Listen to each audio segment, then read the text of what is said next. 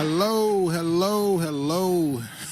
Welcome back to Lost in the Script TV, episode 181, headlines 2025. We're in 2025 now. Haven't heard from y'all in a little while, but we back now. Hopefully y'all had a good Christmas if you celebrated. New Year's, a lot of stuff going on, a lot of headlines, a lot of stories. Yes. What up, Regina? Happy 2025, although happy is subjective to Sir Duke and to the chat. So much shit is to going on or to cover everywhere and everything all at once. Yeah, it's all over the place. This year started off, I feel like this year started off a lot more active than last year, 2024, but maybe I'm forgetting a lot of stuff because so much has happened in the last 4 or 5 years or so. But yeah, what up, Mr. J? Cali is a dumpster fire just in time for come swallow to go home for. Yeah, it's a lot going on with that too. Newsom seemed to be making his move too, and a lot of stuff is coming out with the fires. We're gonna get to it, the conspiracies, or whether or not you think they're even conspiracies at this point, or as it is what it is. I will say it does remind, as a lot of people are already saying, it reminds me a lot of the Hawaii situation. A lot of things happening at once, but as always with stuff like that, you follow the influence and the money.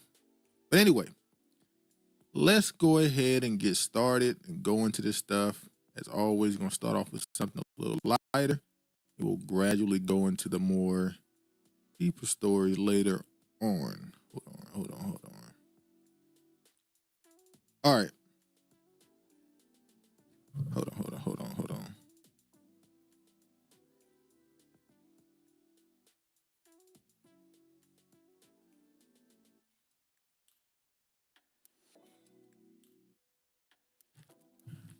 All right, I'm ready now. It says, yep, definitely similar to Hawaii. And how is it the trees remain intact during those high winds and so much destruction by fire?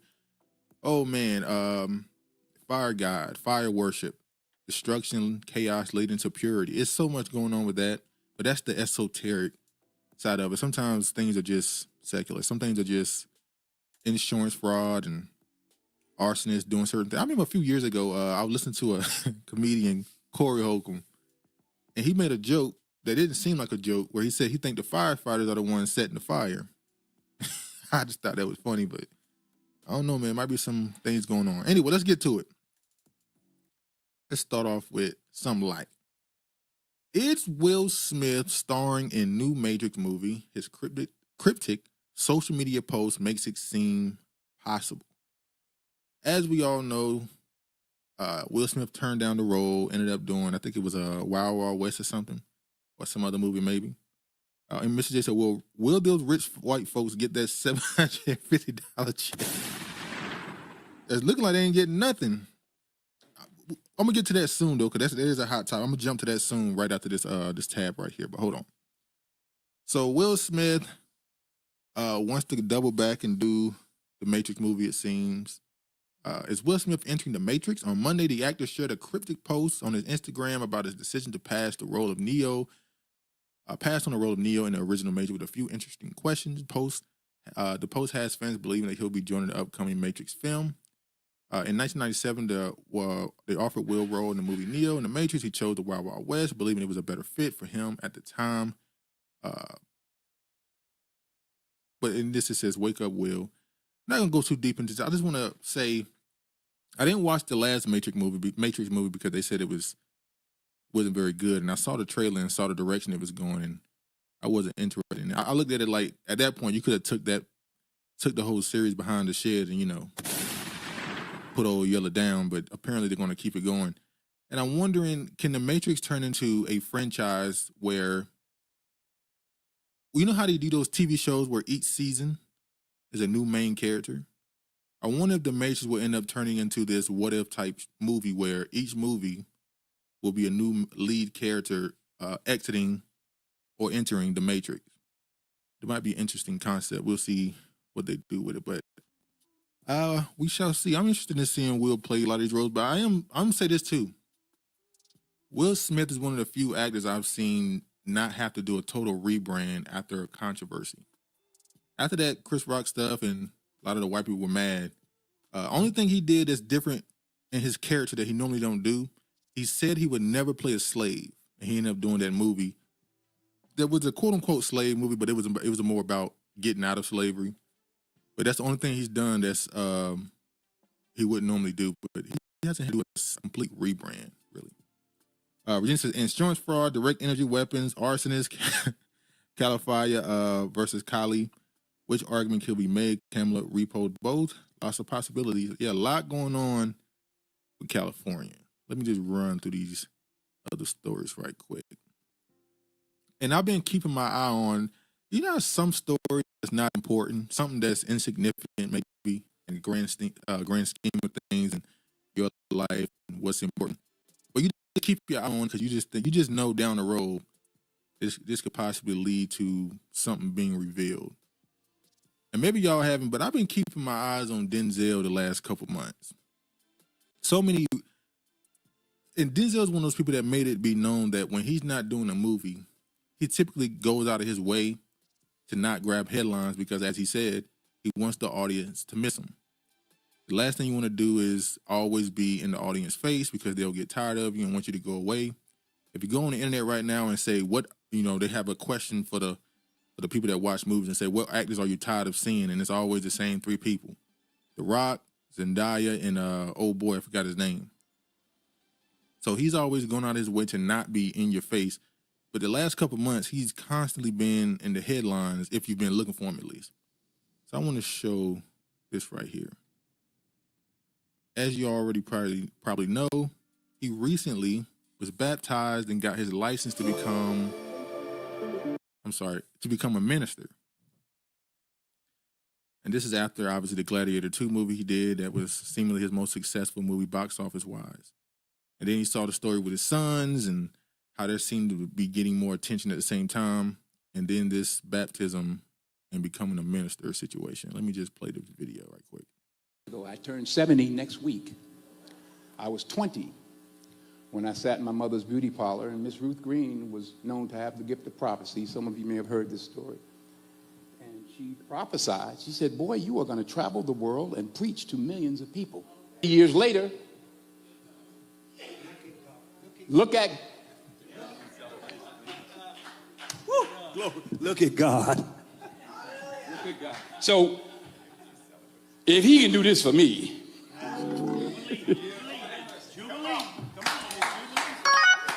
there's nothing he can't do for you. The sky literally is the limit, and there's no limit to the sky.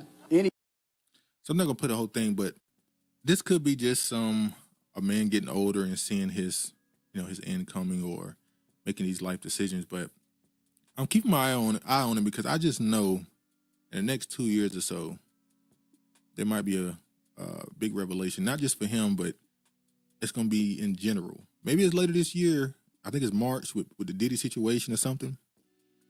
We'll see. Then I want to show this too. Hold on. This is him getting the award from Biden.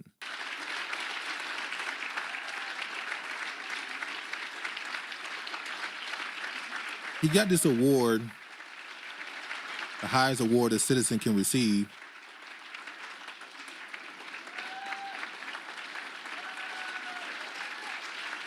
And I'll say Obama. Biden be looking lost at this point. I'm surprised he even know where he at this point. But anyway, somebody went and did some digging on him and found out that just like all these celebrities, Denzel is a Zionist, apparently. Virginia says, in my humble opinion, no coincidences, and we are living inside of a simulation where the patterns just keep repeating and repeating. The Truman Show, The Matrix, Man on Fire. Come on, man. Lil Boosie. Yeah, so this right here, I'm not going to go through all of this, but they went through and found that Denzel has taken many trips to Israel in support of them, I would imagine. The Hollywood star is said to have flown into Israel on a private plane, stayed at the David Citadel Hotel in Jerusalem, toured the Western Wall and other holy sites in the capital, and enjoyed a taste of hummus. Washington 56 has won 2 Academy Awards and 2 Grammy Globes and is considered one of the most popular actors in Hollywood. He has been married to whatever. Another person that got in the hot water recently for this Zionist support or Israel support was Floyd Mayweather. Floyd Mayweather was in, I believe he was in the UK or somewhere in England. And he got ran out pretty much for his support of Israel during this whole season. And it's funny how that just left the news, by the way, as well. That just left the news. You don't even hear much about the Gaza-Israel situation or even the Ukraine. So a lot of these celebrities, as we know, I found out years ago that a lot of these people have rabbis, regardless of their race or religion. They have rabbis in Hollywood that quote unquote gives them spiritual advice. And so I'm not surprised that Denzel is another person on that list, but I just feel like I'm gonna keep my eye on him and see what happens in the next couple months or next 2 years or so. Anyway.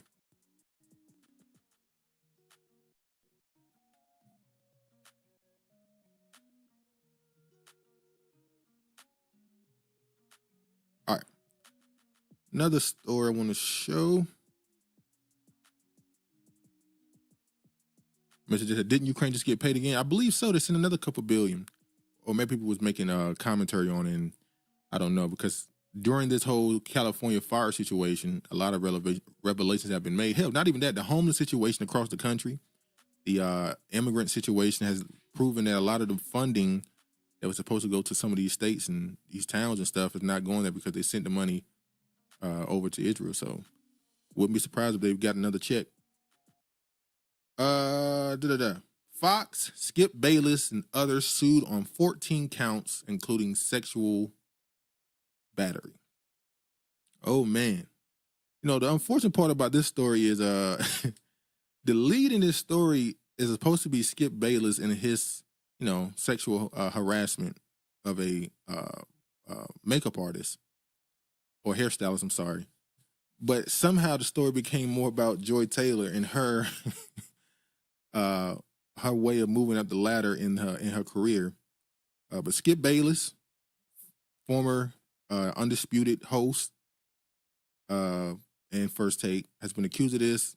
Not surprised, old white man with a lot of money in a environment like any corporate environment anyway is going to lead to, you know, people doing stuff like this. But the fact that Joy Taylor is the biggest story out of this and not Skip Bayless kind of shows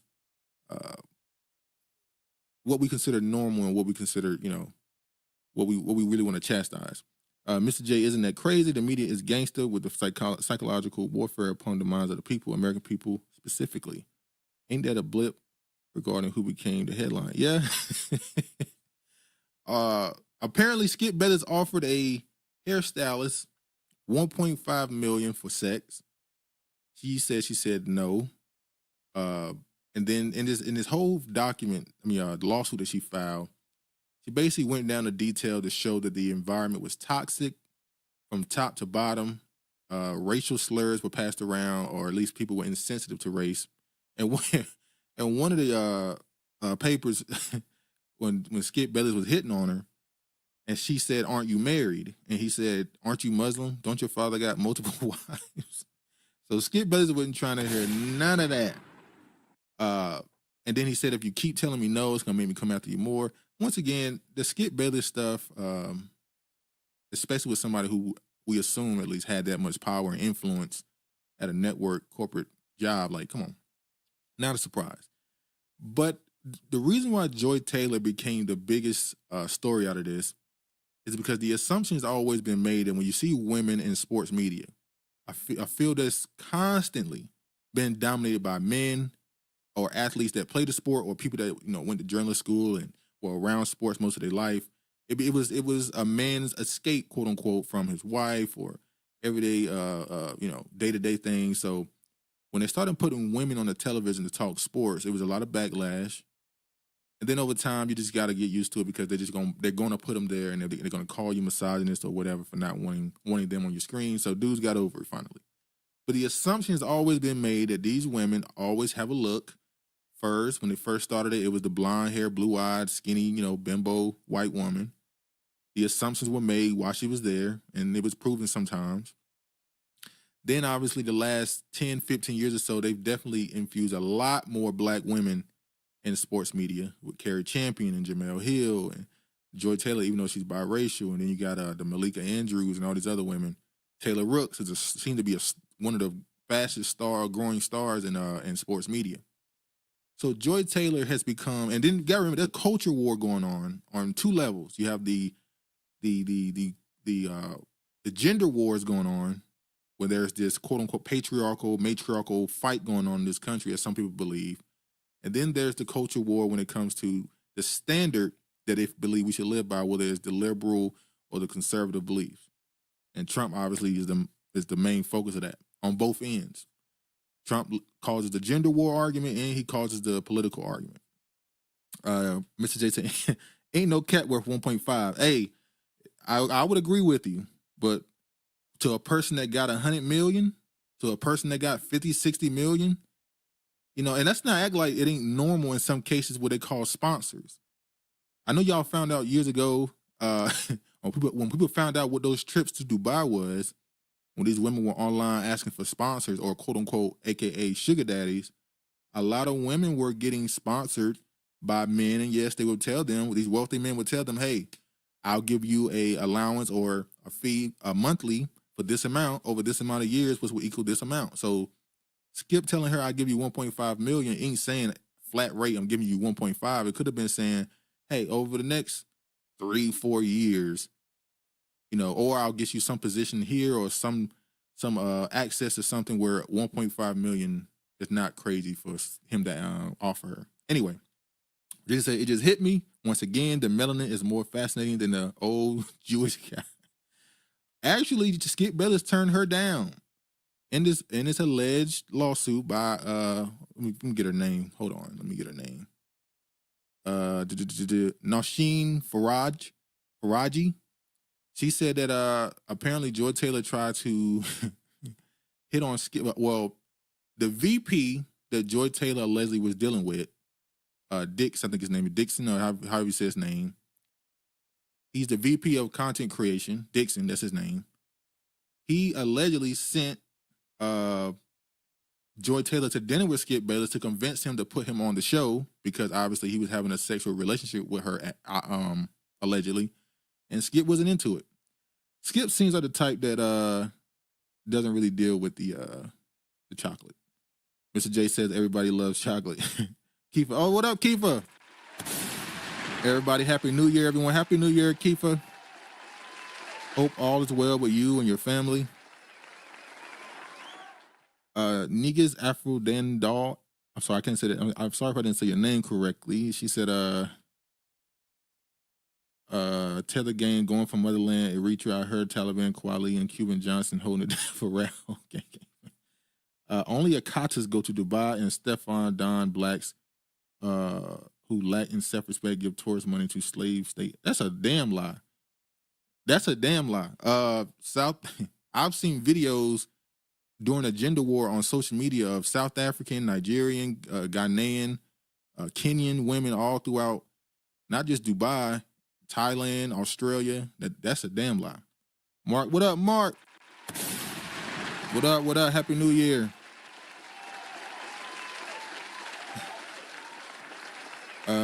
What up, Honorable?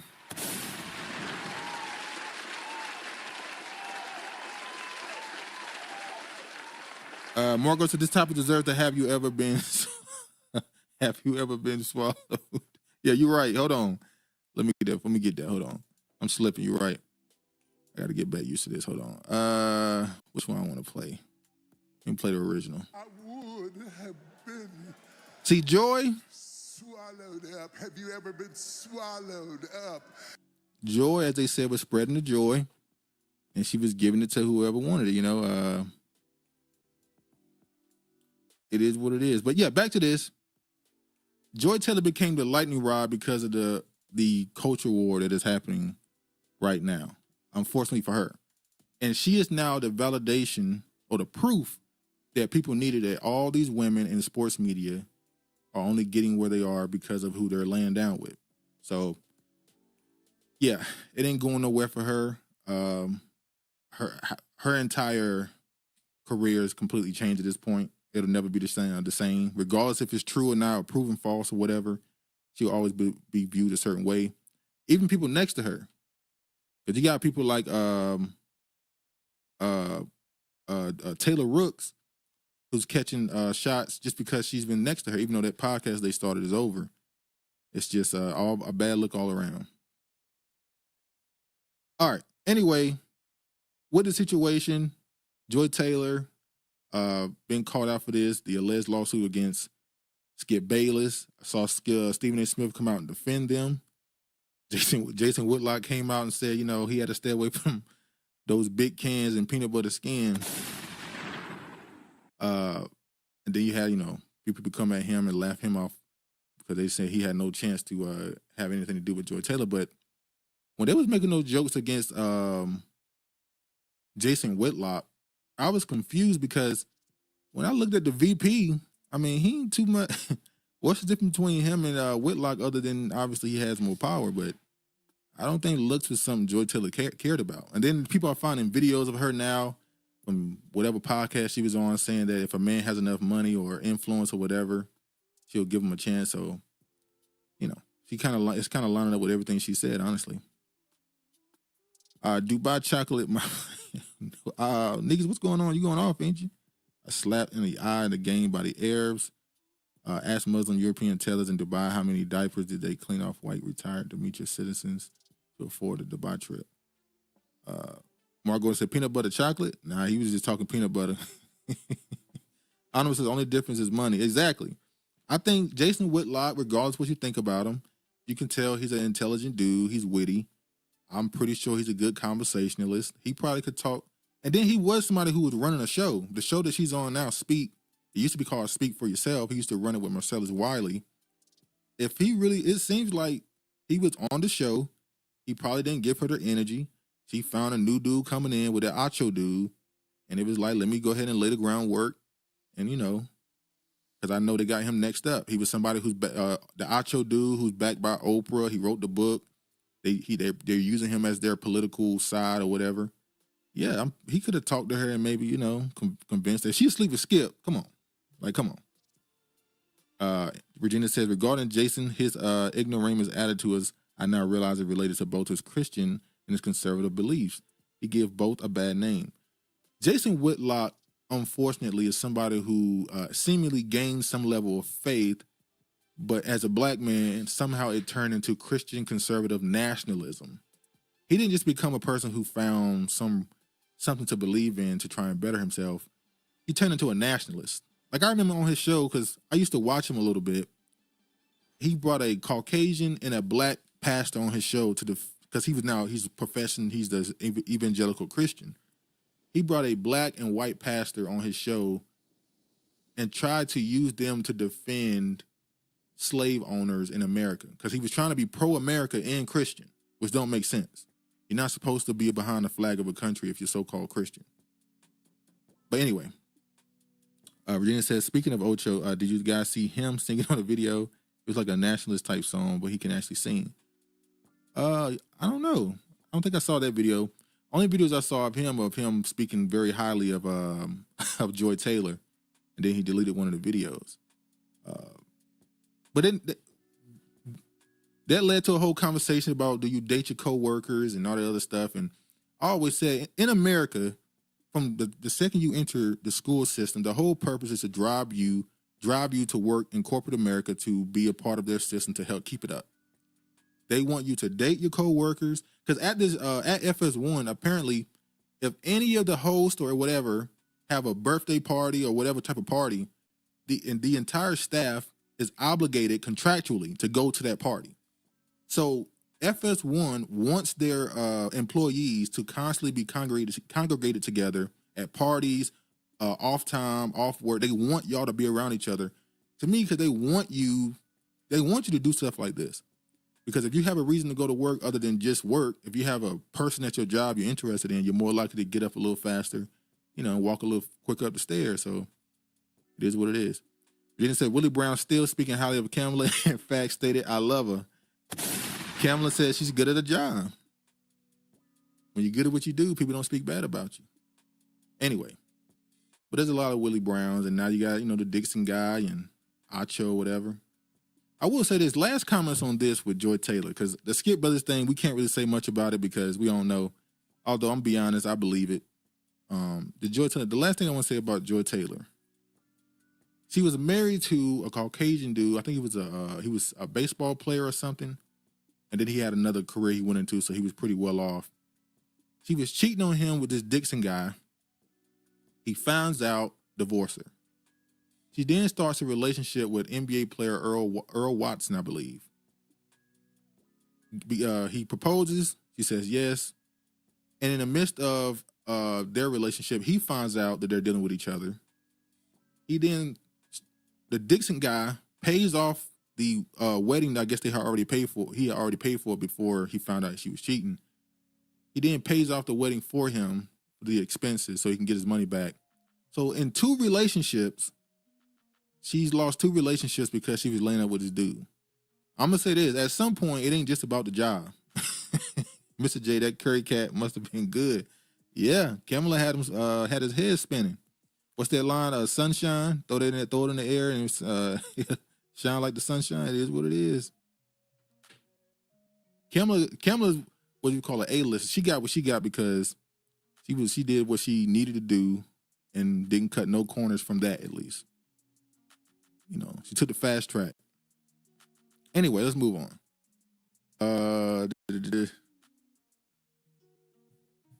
Let me show this. All right. Let me run through these stories and get to this fire story. U.S. Olympic medalist Fred Kerley arrested and stun gunned during confrontation with police in Miami. Oh, boy. Imagine being somebody who represents your country in the Olympics. This is how they treat you in your own country. Let me just show this. Stop! Stop! Hey, I'm gonna tase him. Stop! Stop! Stop! Stop! Stop! Yeah, I don't really like looking at stuff like this, but Stop! Stop! Stop! it still is crazy to me how you have 3, 4, 5, 6 officers that still feel the need to shoot and tase people. It's just crazy. Stop! You didn't do anything! You didn't do anything! So he was arrested. So let me go back to the article and go through some of this a little bit. Hold on. U.S. Olympic sprinter Fred Kerley was arrested and stun gunned during a confrontation with police officers in Miami, Florida on Thursday night and is now facing charges of battery, resisting officers, and disorderly conduct, according to authorities. Police later released body camera footage of the incident. It shows Kerley, who won a bronze medal in the men's 100 in 2024 Paris Olympics, approached by police officers. One officer raises a hand that pushes aside sideways against Kerley's chest. Kerley bats the hand away before an arm pushes Kerley and the altercation starts. It is impossible to hear what is being said as there is no sound in the video until the physical confrontation begins. Several officers push Kerley to the ground and struggle, and one appears to hit him multiple times. In the arrest record, police say 2 officers lost their footing and fell on their back, and that Kerley fell on top of one of them. An officer then deployed a dart-firing stun gun in Kerley, who falls to the ground after being hit. Kerley defense attorney Yale Sanford told CNN in a statement that the body cam footage is obscene. It just goes to show that no matter how hard you work, how many medals you earn for your country, how many people across the globe you inspire in Miami Beach, Mr. Kerley was treated like millions of African Americans, male and female, around the country with a lack of humanity, compassion, or respect. It's always Florida. Fred Kerley is my favorite boy. He hurt my yeah, you love Fred.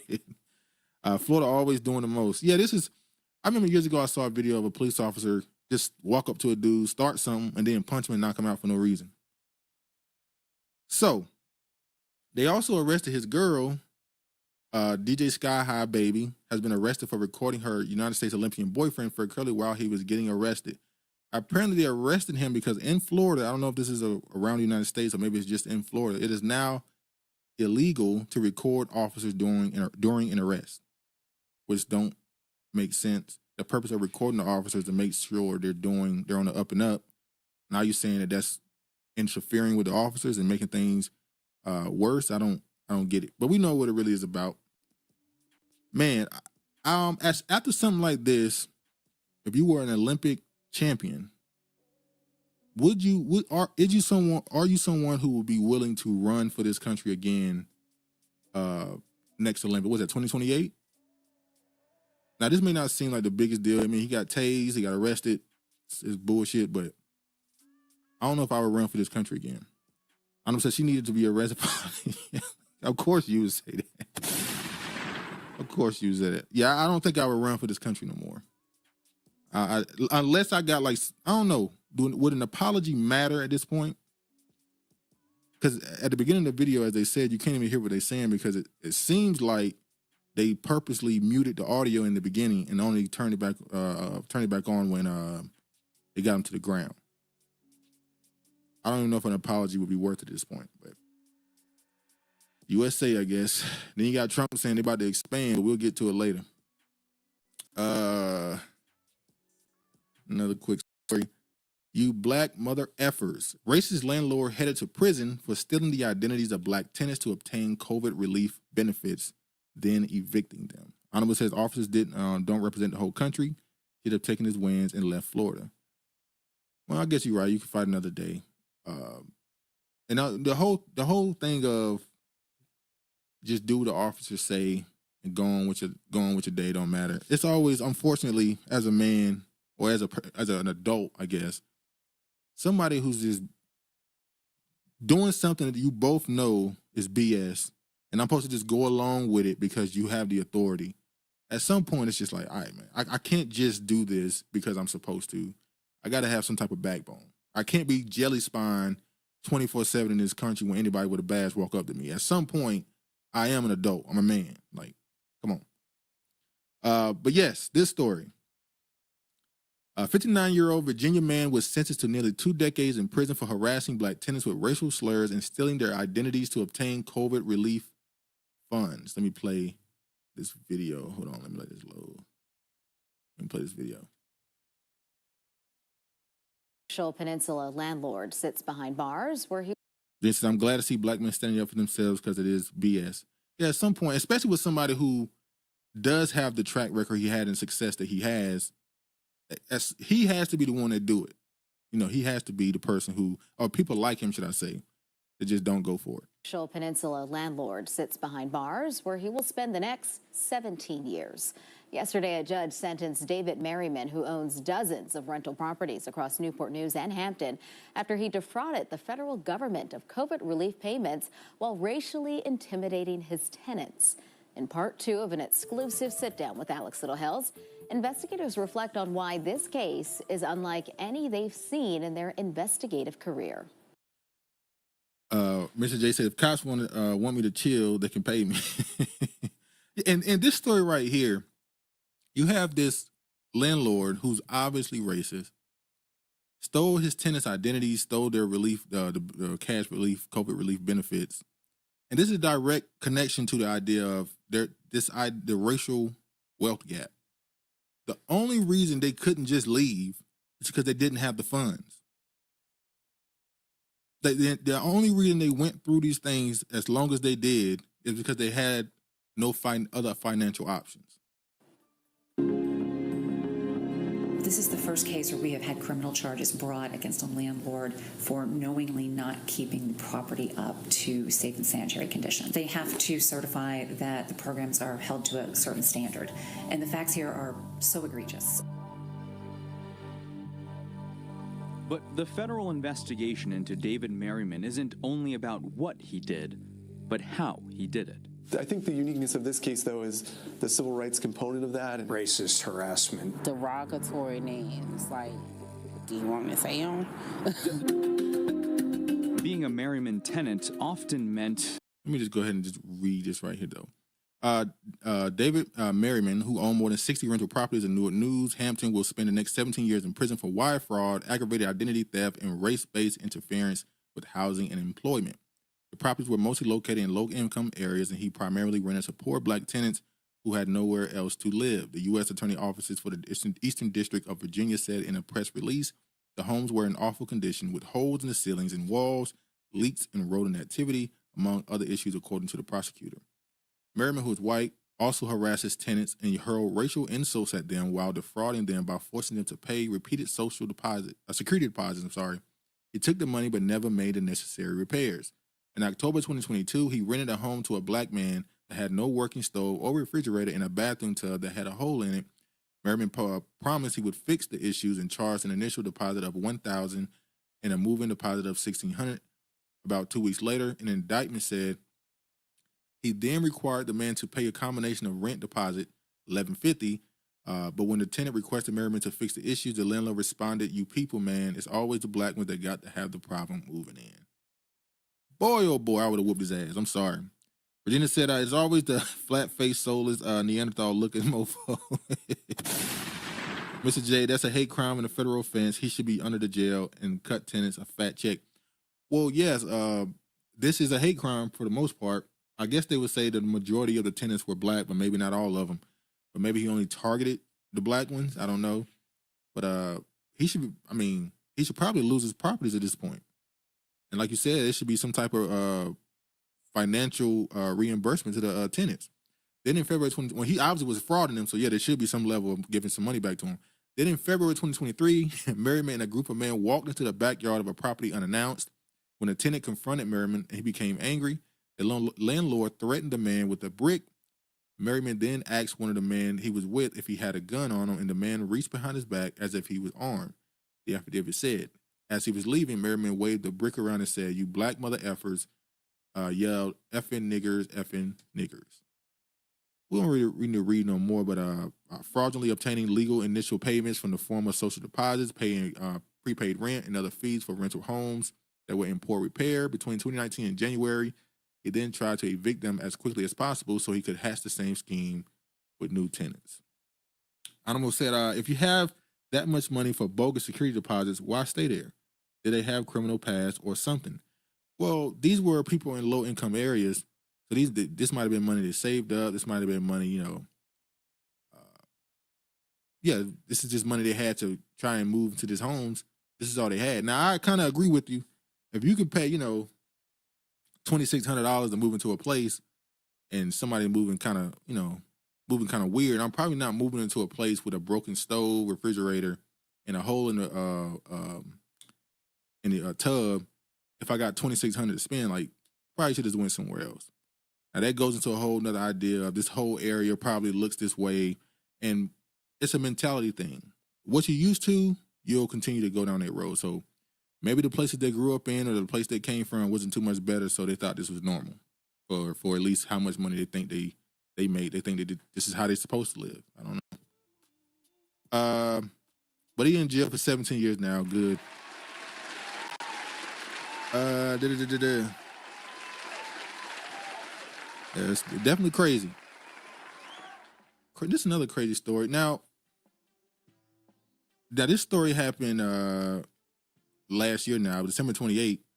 I didn't get to it because I obviously didn't go live, but remember the fire that happened in New York with the Hispanic, or the immigrant, should I say, set the woman on fire on the train, and people were like, what the hell going on? And not even a couple of days later, this story right here happened. I'm pretty sure you already seen this. A suspect who allegedly set girlfriend on fire in Sanford turns out to be his sister. Turns out to be her sister's baby daddy too. When this story first happened, we didn't know the race. Then we found out the race. And literally every other day after this story first popped up, it just got crazier and crazier. The details made it stranger and stranger. So apparently this dude threw gasoline and set a girl on fire who was the sister of his baby, who's the sister of his, who's the sister of the mother of his child. Very strange. I don't even know what to say about this. The North Carolina Beat has learned that the man accused of setting his girlfriend on fire outside of Dollar General in Sanford on December 16, 2024 is reportedly also the father of the sister's child. This is when we start getting to, now, it's funny, as I get older, when I was younger, young man, and pops or my mom or aunt and uncles or whatever would say times are getting worse, people getting meaner, yada, yada, yada. I just always thought that's just what y'all saying because social media is just making things, more visible. You can see this stuff in real time.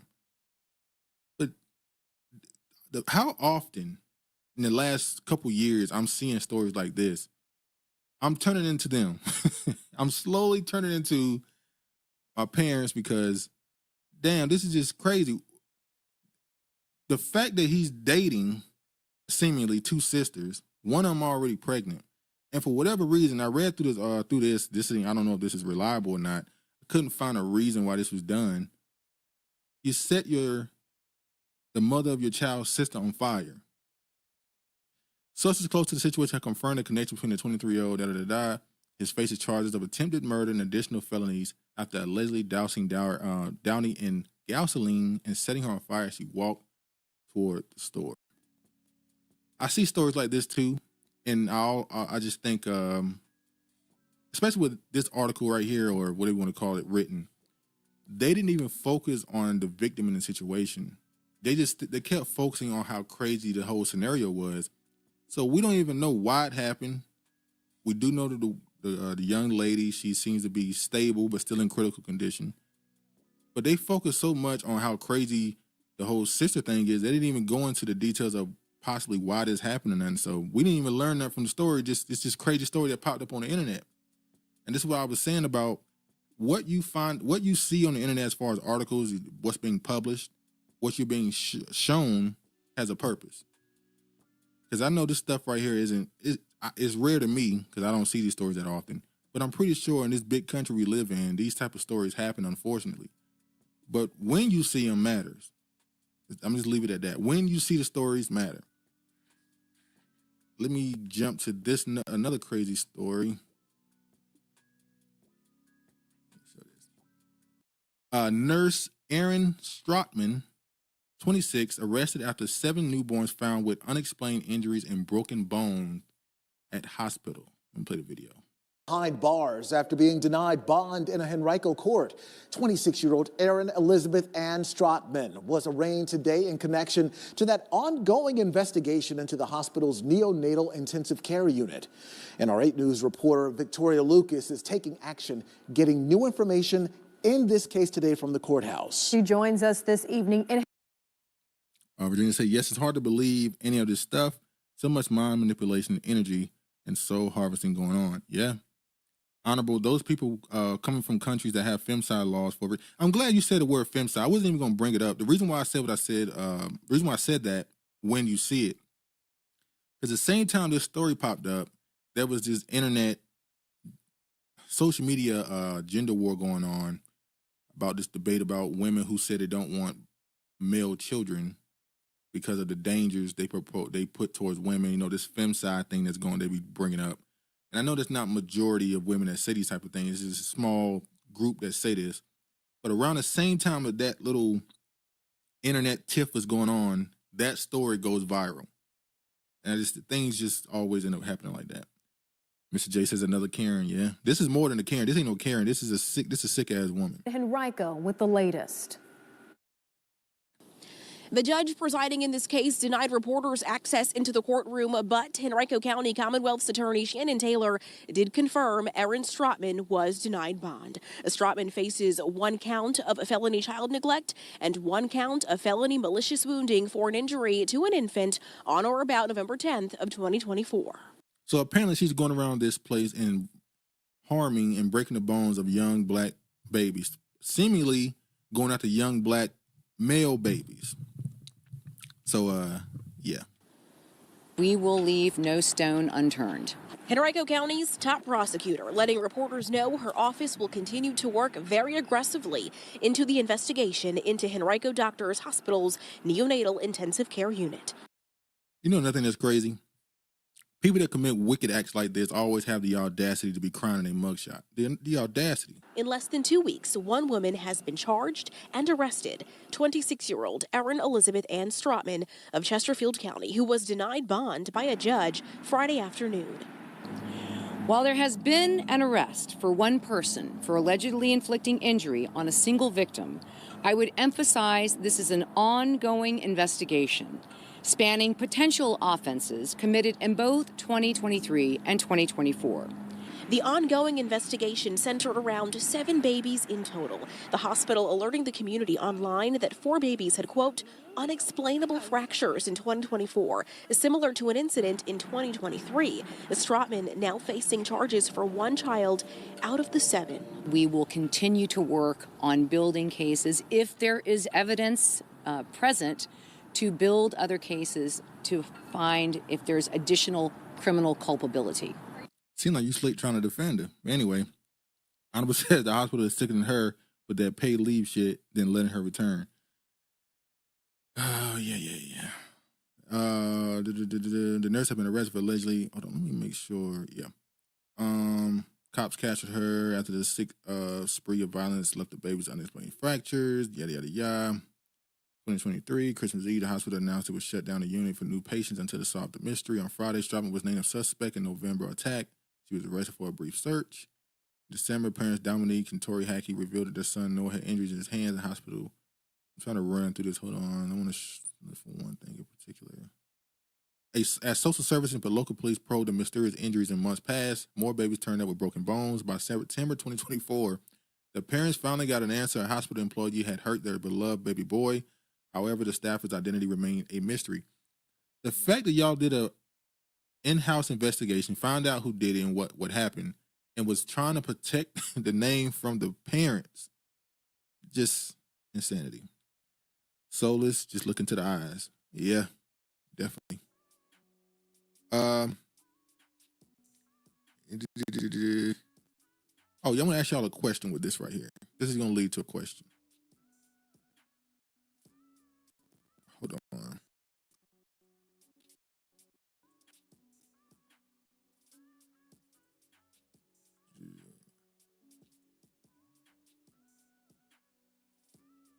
All right.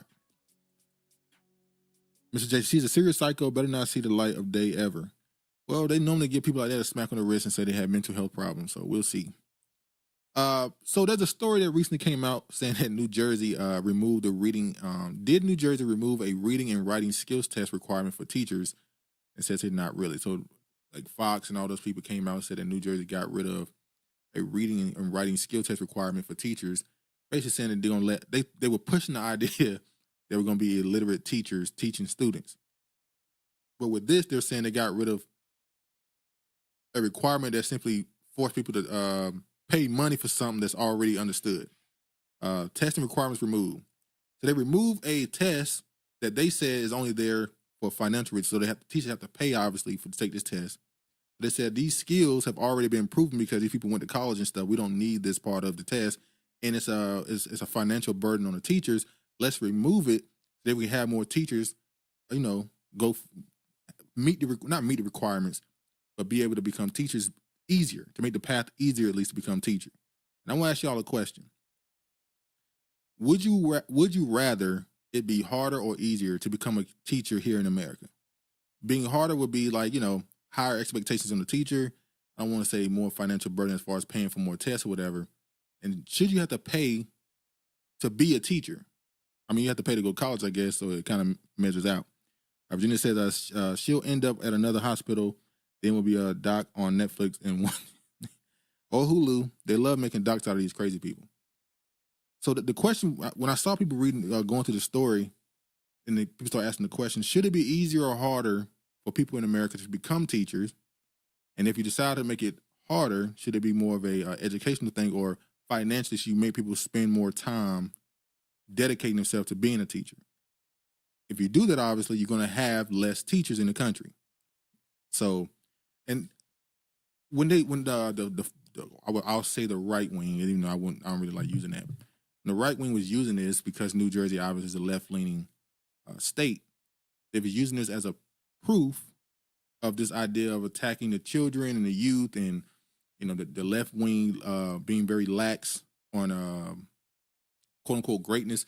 And it made me think of the Elon Musk, Vivek Ramaswamy, how you say his name, situation where he pretty much said that America's culture doesn't push greatness anymore, and that there's a threat that people like China or countries like China and all that stuff will surpass America, because basically America isn't smart enough and don't have the work ethic to sustain, quote unquote, its greatness at being number one.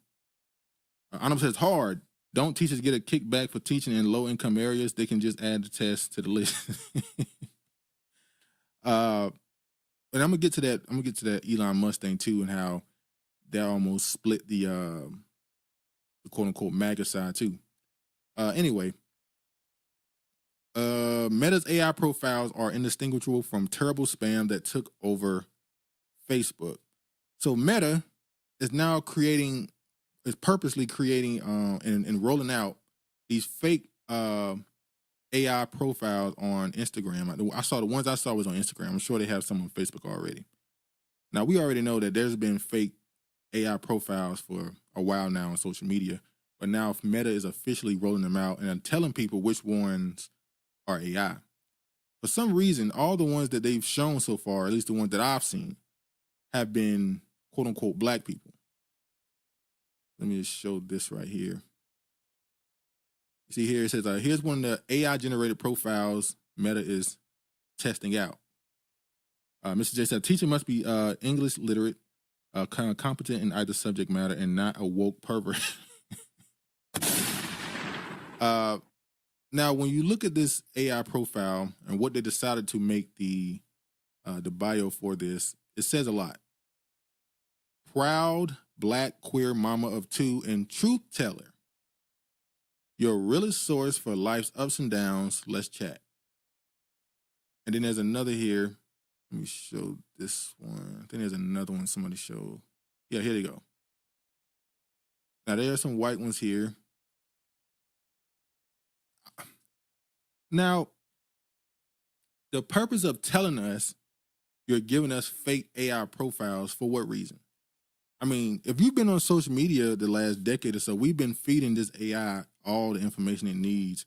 We've been having conversations with them without us knowing. We've been giving it all of the nuance of our, our dreams, our aspirations, everything about us on social media. People get on social media and tell their entire lives.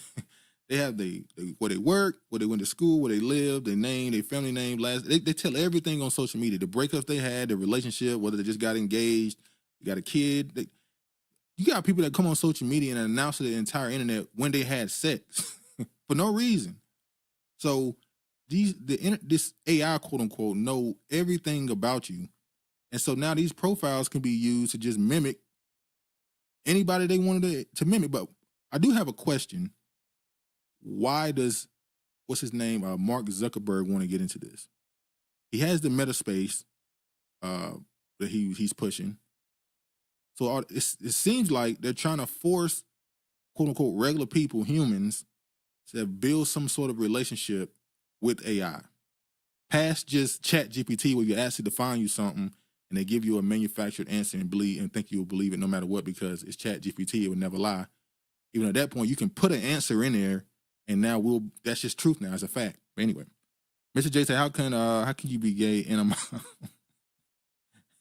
Hey, I know a lot of women who, somehow pregnant, but apparently not with a man. We know how that go though. Virginia said we participated and created AI. Some of us didn't realize it. You know what's funny too? Whenever you hear someone who refer to themselves as atheists, when they talk about whether they believe in a quote unquote higher being, a deity or God or whatever, some of them will say is we created God. They say that humans created the idea of God. So now when you look at AI and what it is, not just obviously these individual profiles, but in general, humans actually did create this AI. And now this AI is being used on every platform on social media or the internet in general. And it's dictating what's good and bad. You upload a video to YouTube, it is AI that dictates whether or not it's okay or not. You can refer to as your AI God at this point. So the very AI that we creating is now dictating us what is right and wrong. The AI is now telling us what's right and wrong. Whether you post something on X and now the AI says this is offensive and block it. Same thing on Instagram. And now they're trying to get rid of TikTok, but TikTok, the same thing. Now the very AI that you participated in building is telling you what's right and wrong. Virginia says, no lie, Duke, I had this thought the other day. AI proves the concept of creating God. Yeah. And it's like they were actually telling us when most of the people that I'm talking about, these people that use that term, or those scientists and these engineers or whatever that, are deep into this idea of technology. Not idea, but deep into technology and stuff. So they were already creating their other guy, a new guy, should I say, which goes back to that TV show.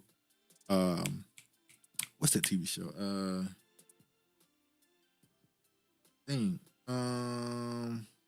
I forgot the name of it now.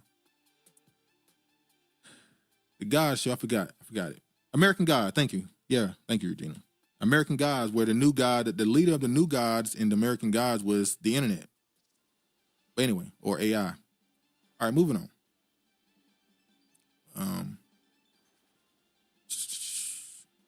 Let me show this. All right, artificial intelligence in crime detection, how it's useful. I'm only showing this. I'm about to show a video. Let me just show the video for a second. Show this. Now, you can now search for somebody who's quote unquote committing a crime by screenshotting the video and uploading it to this map, and it'll tell you exactly what a crime is. You see this?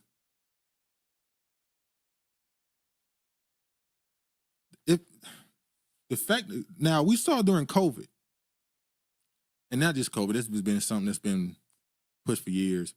This idea of snitching on your everyday American, just snitching on another citizen.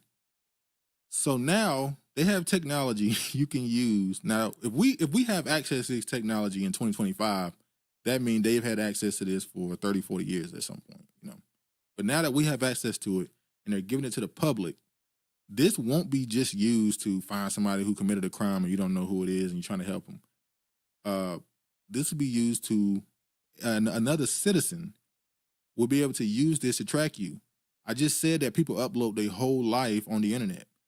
I remember a few years ago, like a decade ago or so, when Facebook began to, maybe it was more than that, when Facebook started allowing people to send out alerts through their profile when they enter certain establishments, whether it's a restaurant or some other type of function, where you would go to, some restaurant, and when you get there, your Facebook account, based off of your location, would tell all your followers or friends or whatever where you are. So now they're going far enough where you're going to be able to track somebody down on your own based off their profile picture, vacations they're on. I think at this point, we're getting to a point where I expect in the next couple of years, people will give less of their personal life to the internet because it's going to be necessary. Mr. J, if we told white folks AI is black, they would drop it like a Chernobyl sandwich. I'm going to say, boy dykes are getting pregnant because them dudes want to play with toys and don't have don't have to be shamed by heterosexual women thinking it's gay.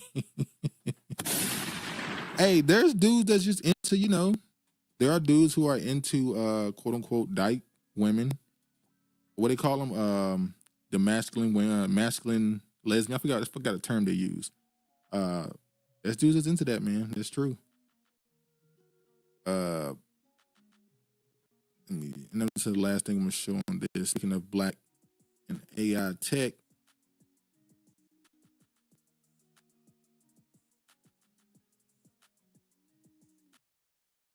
Amazon to halt some of its DEI programs internal memo.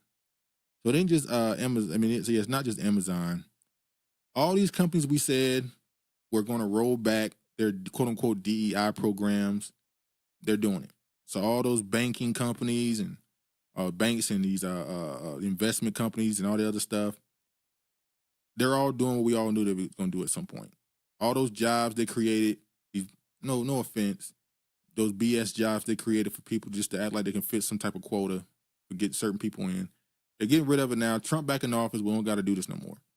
Amazon is halting some of its diversity, equity, and inclusion programs according to internal memo. The company said its process of winding down outdated programs and materials as part of a broader review of hundreds of initiatives. Amazon is a major corporation to alter its DEI programs in the face of growing legal and public scrutiny. And I'm gonna keep saying it every time I bring the story up. I'm kind of beating the dead horse at this point, but this is still about white women. It's still about white women. All right. Virginia says Loretta Devon did a great acting job as a stud in being Mary Jane, so much so she outshined Gabrielle Union. I never watched that show. I never watched Mary Jane. I did see somebody posted that what's her name? What's the TV show Empire? Cookie? What's the woman who played Cookie? We got a name. Her, Gabrielle Union, and old girl from Scandal all went for the same role, and they ended up following what they did. Yeah, Taraji P. Henson, that's her name. They all try to get the same role, and they end up landing where they did. I remember somebody said it can only be 3 to 4 black women in Hollywood every generation that get consistent work. Outside of that, it's tough. All right. Let me show this.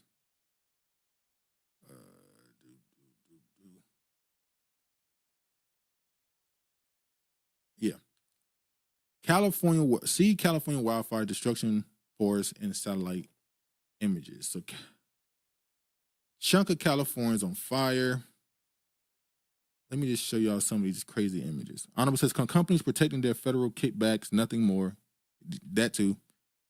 But like I said, it's still a culture war as well. And you got to go where the wind is blowing. So there's a bunch of pictures showing what California looks like. It looks like the bed of a farmland now. Like that is insane. Entire blocks, hosts just burned down. Let me go with this. Look at this. So the conspiracies around these fires, as Virginia said earlier, immediately people start talking about when California is known for its fires. But fires normally start in forests and stuff when it's dry and you got lightning strikes. Sometimes it's campers who out there and didn't properly put a fire out when they left and they ended up sitting there for a while. And obviously right now in California, there's also a lot of wind. There's heavy winds in California right now, or at least in certain parts. So it's led to these fires not just starting, maybe, that might have been part of why it started, it's spreading it fast so people, they can't even contain it really. Let me go here. Let me zoom out. So they got the map here of these fires. Right here, hold on, y'all, sorry. Palisades, right here, Kennett fires. That's a pretty big area. And I never looked at the cities of California, but I looked at what's considered, South Central, where the quote unquote black people are. And it's really all of this right here. When you start going below this, you got Compton there, Carson, Long Beach. You get down here, you start getting towards the quote unquote where the black people are. But there are black people in the areas of the fire sometimes, in some of these fires. Initially, when I heard about these fires, the Palisades and stuff, when I looked up the average income and who's around these areas, it seemed like it's people that make, well over, over 6 figures that live in these areas. And, maybe this is, not the right thing, but I immediately thought, well, this ain't where majority, at least, of the black people are. But there are some black people in this other area by Pasadena, Altadena. Let me just show the video of a young woman talking about this. Let me show. The fires are not just affecting rich white people. I've been seeing a lot on social media about how the fires here in LA are mainly destroying rich celebrity homes. And I am here to tell you that that is so incredibly inaccurate. Oh, the celebrities. It reminded me a lot of when COVID kicked off and a bunch of celebrities got on the internet, crying and saying how, we're going to get through this and yada, yada, yada. And behind them, they had, bowling alleys and what's her name? Nancy Pelosi had a refrigerator full of ice cream, a drawer full of ice cream in her refrigerator and all that other stuff. People was kicking them celebrities back in. And now you see these celebrities losing houses, and they're coming on the internet saying, I lost all my house, my memories, and all the other stuff. And people are like, that's your third, fourth house. They don't even mean that much to you.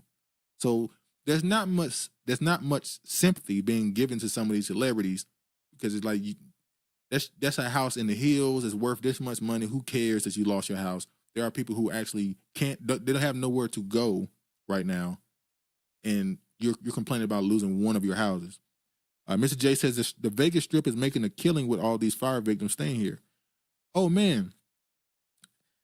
Another thing, I saw somebody on social media say this, and I didn't know it was that bad. Well, they said that this is, at least they believe that this is going to be somewhat close to what happened with Katrina, where there's going to be a lot of people displaced, not as bad as Katrina, obviously, but it's going to be a lot of people that's going to go from California because their house got burned down, they have nowhere to go. Now they're going to Vegas or Nevada. They're going to end up in New Mexico. They're going to end up in Texas, and they're probably never going back to California. I realize if you don't live here in California or LA, your perception of LA is completely screwed up by what you see on TV and the movies. There's a lot of regular folks that live here, and there's a lot of folks that live below the poverty line here in LA. There are 8 wildfires actively burning here in LA County. One of them, the Eaton fire in Altadena, has completely burned California's first middle-class Black neighborhood. Not rich folks, not celebrities. These are mainly 3rd and 4th generation Black family homes. Altadena was one of the first suburbs in LA that Black people could buy houses in. The people that lived in these neighborhoods were the first people in their families to buy a house. These are hardworking, middle-class Black folks, Black families, multi-generational families living in these homes. As of today, these neighborhoods do not exist. It's not there anymore. These homes have been completely wiped out. Businesses, grocery stores, banks, low-income apartment buildings, rent-controlled apartment buildings, gone. The entire neighborhood has been burned to the ground. I am 6 months pregnant. My nerves are out of this world. I've been shaking. My chin is breaking out. I'm in the valley, currently in the center of several fires around me. I just got word that there is a new fire very, very close to me, waiting for my husband to get home so that we can leave our house and evacuate. We're not rich. We're not celebrities. No one is immune to the fires that are happening in LA right now. So as you can see, it's unfortunately a lot of Black people being affected by this. Everything said gotta stay relevant. Yeah. I'm saying I started looking at the demographics of those areas and didn't realize our people were losing everything with them. Yeah, man. And to me, it's kind of strange that this fire is happening right now when we're probably at the peak of a homeless problem in California. And remember, in 2028, they have the Olympics coming. So while they've been trying to push the homeless people out slowly, even though they put hundreds of millions of dollars into dealing with the homeless problem, it hasn't done anything. Now you have this whole new situation where there's going to be a lot more homeless people and a lot more displaced people. So it could be some conspiracy situation where, hey, now I know in a lot of places in California, they don't build vertical because of the earthquake situation. As I saw Vince Staples talk about it on the Joe Budden podcast. I'm going to show a clip. But now they have the technology to the building infrastructure to do that, to build up now. Is it possible that these neighborhoods will be where you get a lot more quote unquote apartment, not just regular apartment buildings, but these really big block apartment buildings to deal with the homeless problem? We'll see. Let me show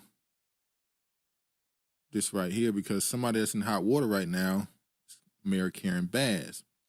Honorable says definitely the right thing to look up who is being harmed. Had it been areas where only Blacks were known for, no one would care. Yeah, that's facts. Smart Seat is coming too. That's another thing. Who's going to buy this?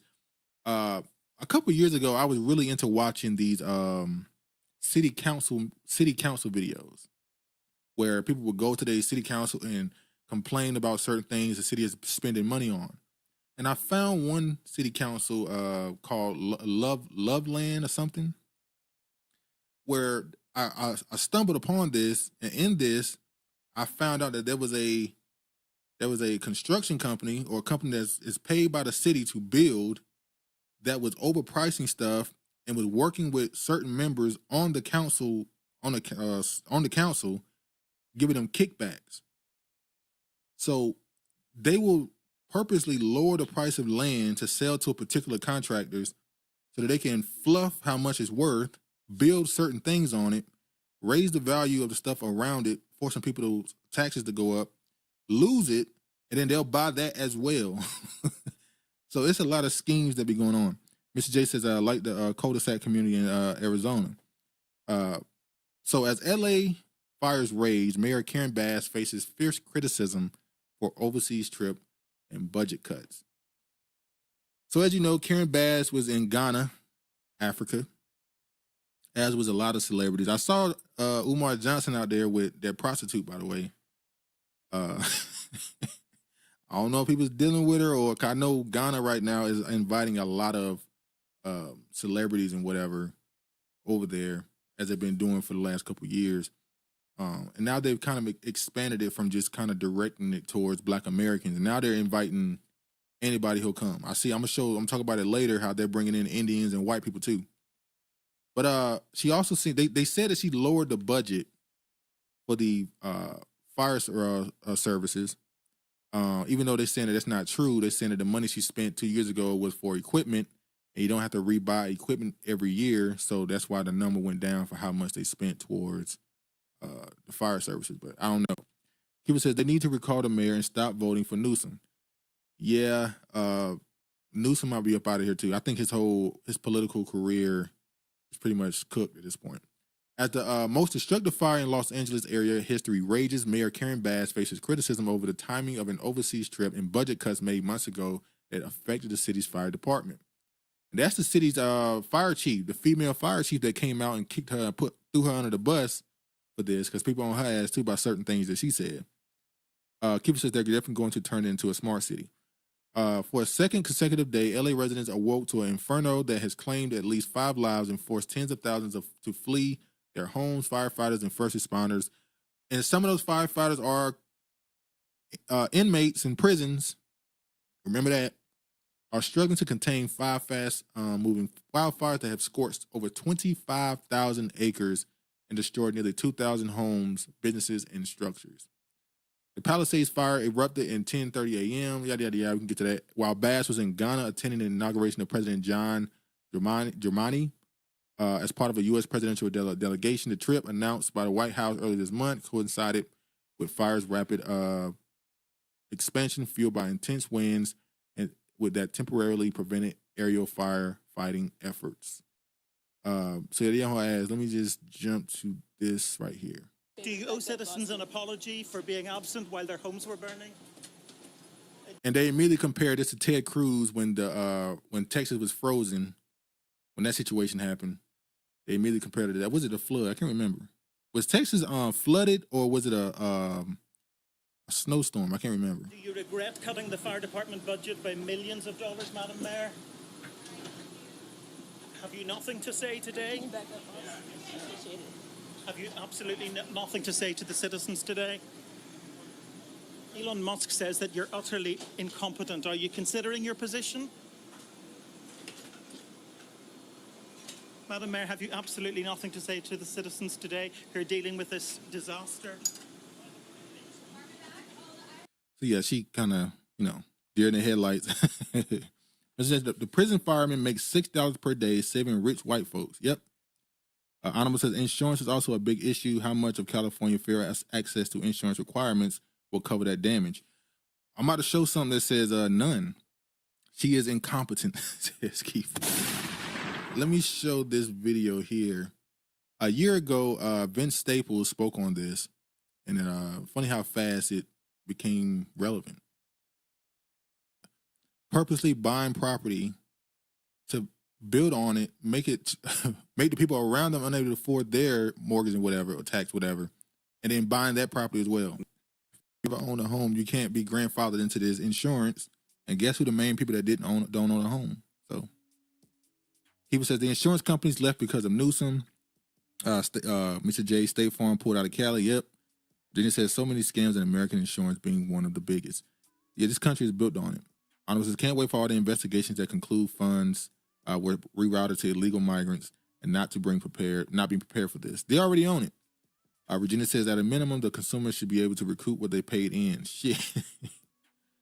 Keeper says almost no forest management. This is Jay. Why would it get anything in Cali? That's what I'm saying. I remember I saw an older white dude. He was on, I think it was a YouTube page, and he was just talking about the landscape of America. This had to be like 7 years ago. And he was talking about from the standpoint of the droughts that's happening in California. And he said it's going to get drier and drier the next 20, 30 years. There's going to be less and less water. So he was saying if you own property, he said it's like 7 years ago. I'm pretty sure there's people that was saying it even before that, but I saw him say if you own property in California, you should be selling it right now. You should not be moving to California. As a matter of fact, a report came out that says that the top 5 states people are moving out of was like New York, New Jersey, California. I can't remember the other 2. Those are the main 3 that everybody's moving away from. So I don't know. I wouldn't be buying no house in California right now. Honorable says, it gets under my skin. He loved money talk, but moved like a true brokey. Broke spirit just be jumping out. Yeah, I don't want to hear ish when it comes to any race topic, honestly. At that point, you can move on. Not interested, buddy. Let's jump to some of these conspiracies. All right. State to probe why Pacific Palisades Reservoir was offline, empty, when firestorm exploded. So I'm just reading headlines. We can come to our own conclusions of why this stuff is going on. Let me play this. I stood next to a president of the United States of America today, and I was proud to be with Joe Biden. And he had the backs of every single person in this community. He didn't play politics, didn't try to divide any of us. I stood next to... When I saw this, I immediately thought, this is so symbolic. This is so symbolic. That's Gavin Newsom standing in front of what he's done to California. That's him standing in front of his career, his political career, everything. I stood next to a president of the United States of America today, and I was proud to be with Joe Biden. And he had the backs of every single person in this community. He didn't play politics, didn't try to divide any of us. All right, anyway, moving on. Let me play this. Fire her immediately, expeditiously fire this woman. This is the Los Angeles Fire Department Assistant Chief. Listen to this. You want to see somebody that responds to your house, your emergency, whether it's a medical call or a fire call, that looks like you. No, you don't. You want to see someone that seems like they're competent for what you need them to do. You want to see someone that looks like you to put out a fire. This is why it is critical that we focus on efficiency over diversity. But she wasn't done. It gets worse. It gives that person a little bit more ease, knowing that somebody might understand their situation better. Is she strong enough to do this? Or you couldn't carry my husband out of a fire, which my response is, he got himself in the wrong place if I have to carry him out of a fire. That was the craziest thing I've never heard of. Well, I've heard some firefighters say some crazy stuff.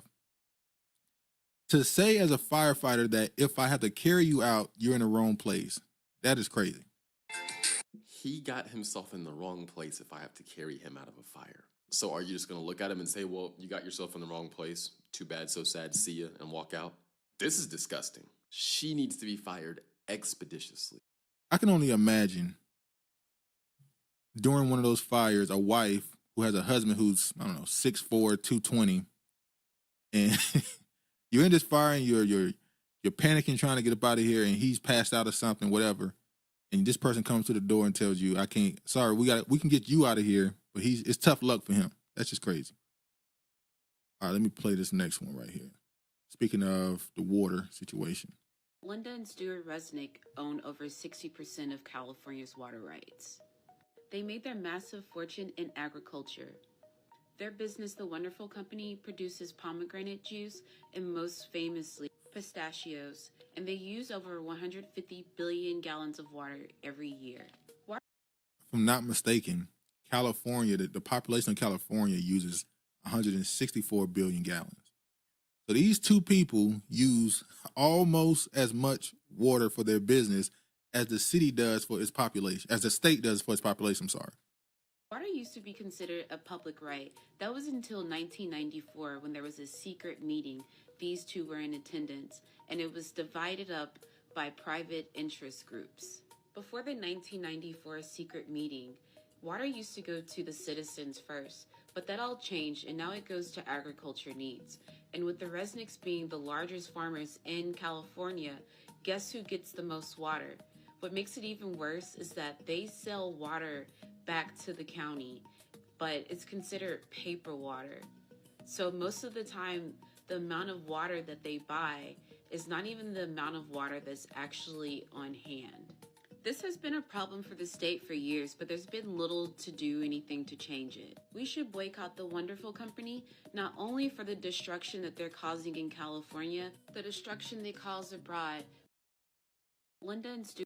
Yeah, it's crazy. Virginia said, it's crazy to me that humans own the Earth's resources. Well, isn't that kind of the whole idea of the Great Migration that happened here in America? Not the black people, but when they were sending people out west and promising them, hey, any land you step on, you can own it. We just need people out there. People was just taking put a flag on it, it's yours now. Says, I really thought this dude was the best presidential candidate. Child, he had me fooled. Yeah, he was never the one. Mr. J says, did you see the clip where the Newsom got chased down by a resident and lies about being on the phone with Biden? Oh, you mean they were asking him questions and he dodged the questions and just started talking about how he was talking with Biden. I saw the a little clip of it. I didn't see the full thing though. Let me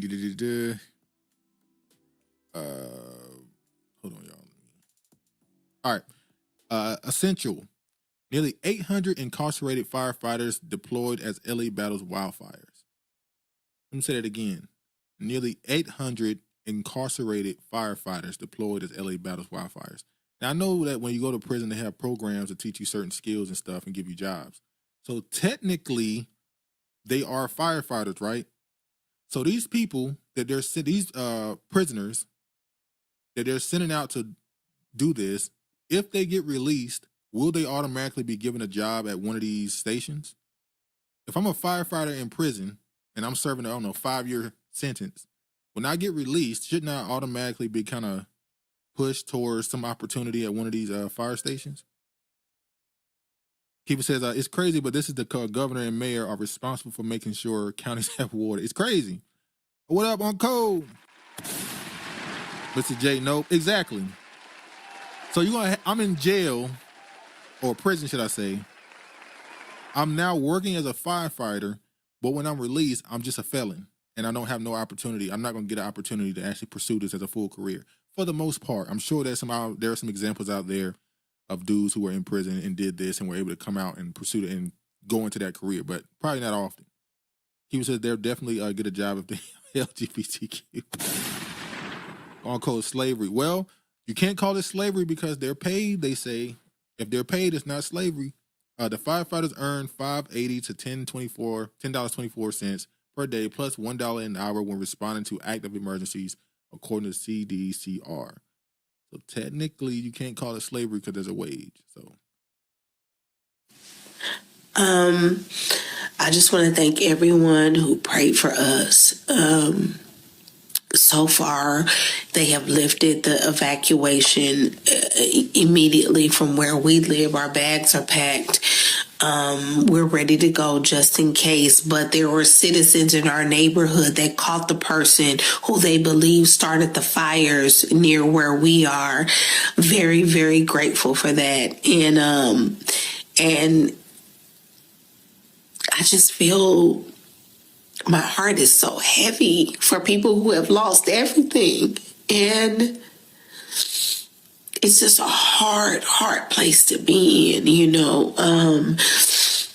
and I am. Wait. So Mr. J, they let us ask, are you serious? I didn't see an update on this. Did they really let him go? Did it turn out that he wasn't the guy that did it, or did they just, did a California type, just let him go? Overwhelmed, and I am grateful. I feel like in a way I have. All right, you get it. You're grateful. I saw this one right here. This is, I don't think this is the same guy right here. And we were able to do a citizen's arrest and detain him until the police had arrived. Cops arrest homeless man with blowtorch as late as LA wildfire is confirmed. He had a blowtorch to smoke marijuana because he couldn't afford a lighter. He spoke a lot of Spanish, but did speak some English as well. We had some Spanish-speaking neighbors. There was a homeless guy that they found with a blowtorch, and they said that the latest fire to that point was arson. Honorable says 800 inmates battling fires, but X is posting links to articles about white men being denied jobs for DEI. Oh, yeah. So immediately, certain people with a platform immediately been pushing this idea that the reason why these fires are spreading and is not being handled correctly is because they're not hiring the right people because of quote-unquote DEI hires. When I think it turned out that only 5% of the firefighters in California are black, like 60-some% are white, so you can't blame it on quote-unquote DEI hires, saying people who are not qualified or getting a job. That ain't what that is. So it's they immediately try to blame black people. Good point. So sick of the DEI fake-ass narrative. But that's their new alternative, what's called affirmative action. As I was getting my whole family out, all you have in your mind is just you're in survival mode at that point. I saw men coming into our neighborhoods. Police confirmed it. She had this to say. Take a listen. It was wild. We just started seeing all these cars pull up, doors open, and groups of men running up our street, going up to the doors of these houses. And we weren't sure what was going on. I'm thinking, are these people here to help my neighbors? I hope so. And I left, and then my husband talked to the police and said, what are those guys doing? These guys don't live here. Get them out. My next door neighbor said, his quote, there were like 100 people that came up on scooters and were trying to get into any and all houses on the street. And did you physically see police officers stopping them? I didn't, but it's not to say that they weren't. It was so incredibly chaotic, and I was so worried about my big family and getting them out of our old tinderbox of a house that I was just focused on them first. Another thing they started bringing light to was the quote-unquote looters. They started saying that this video, let me see if I can find a video right here. They started saying that, oh, these people are looters. It turns out these people here, at least, were not looters. These were people that were actually helping their neighbors get out of the area. It says celebrities need to let their publicists talk to media respectfully. I'm tired of hearing, as I always say, celebrity is dead. So this brother face right here, with tens of millions of views across social media, has been painted as a damn looter when they're not looting anything. But we used to them doing stuff like that. Let me show this right. Let me show this right here. What we know right now is that the incident started here, and about 30 minutes later, a suspect was detained over in Woodland Hills area by citizens. So someone purposely set the Kenneth fire? At this time, that's what we believe, yes. Do you know how or why they did that? That I don't know. Is this a crime scene right now? Yes. So everything's closed off? It's being investigated as a crime. It was the arson side. Let me show. Again, none of this sounds believable. Too many twists and turns running simultaneously. Well, that's meant to confuse you. Put a lot of stuff out at the same time so you get confused. Honorable says we need whites to explain to us what DEI means to them because I see a lot of whites and LGBT fuck ups. Well, this right here is the actual looters. And as you can see, these looters are white or they might be Hispanic, but you get what I'm saying. They ain't black. Let me jump forward. All right.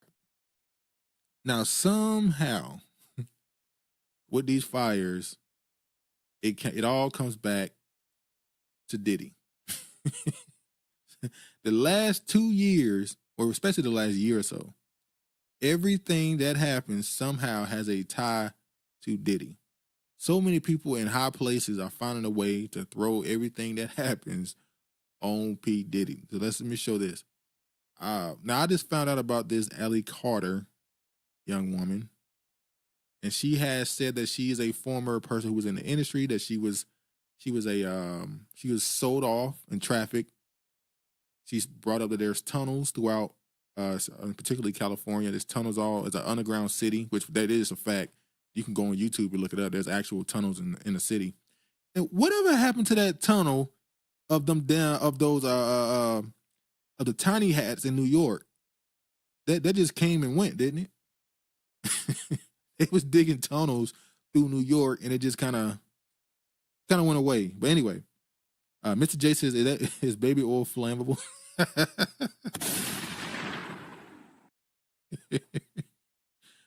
Honorable X put up notes debunking the looting there. Yeah, they did. That's the one good thing about the community notes. Sometimes it's beneficial. All right. What did Allie Carter say about fires and tunnels? Alleged Diddy victims' prophetic claims leave netizens stunned. Let me play the clip. Hold on. Because I don't want to play the other one. I'm going to play this one right here. Let me play this. A lot's about to come out. Another arrest is coming again. Watch for those fires. Explosions make fires too. Apparently this was in October or something. Mm-hmm. Explosions make accidental fires too. And then, oops, we don't know how that happened. And then you look into it and you see that it's tied to something that's tied to something that's tied to something that's tied to trafficking. And then you realize, oh, it wasn't just an explosion or a fire.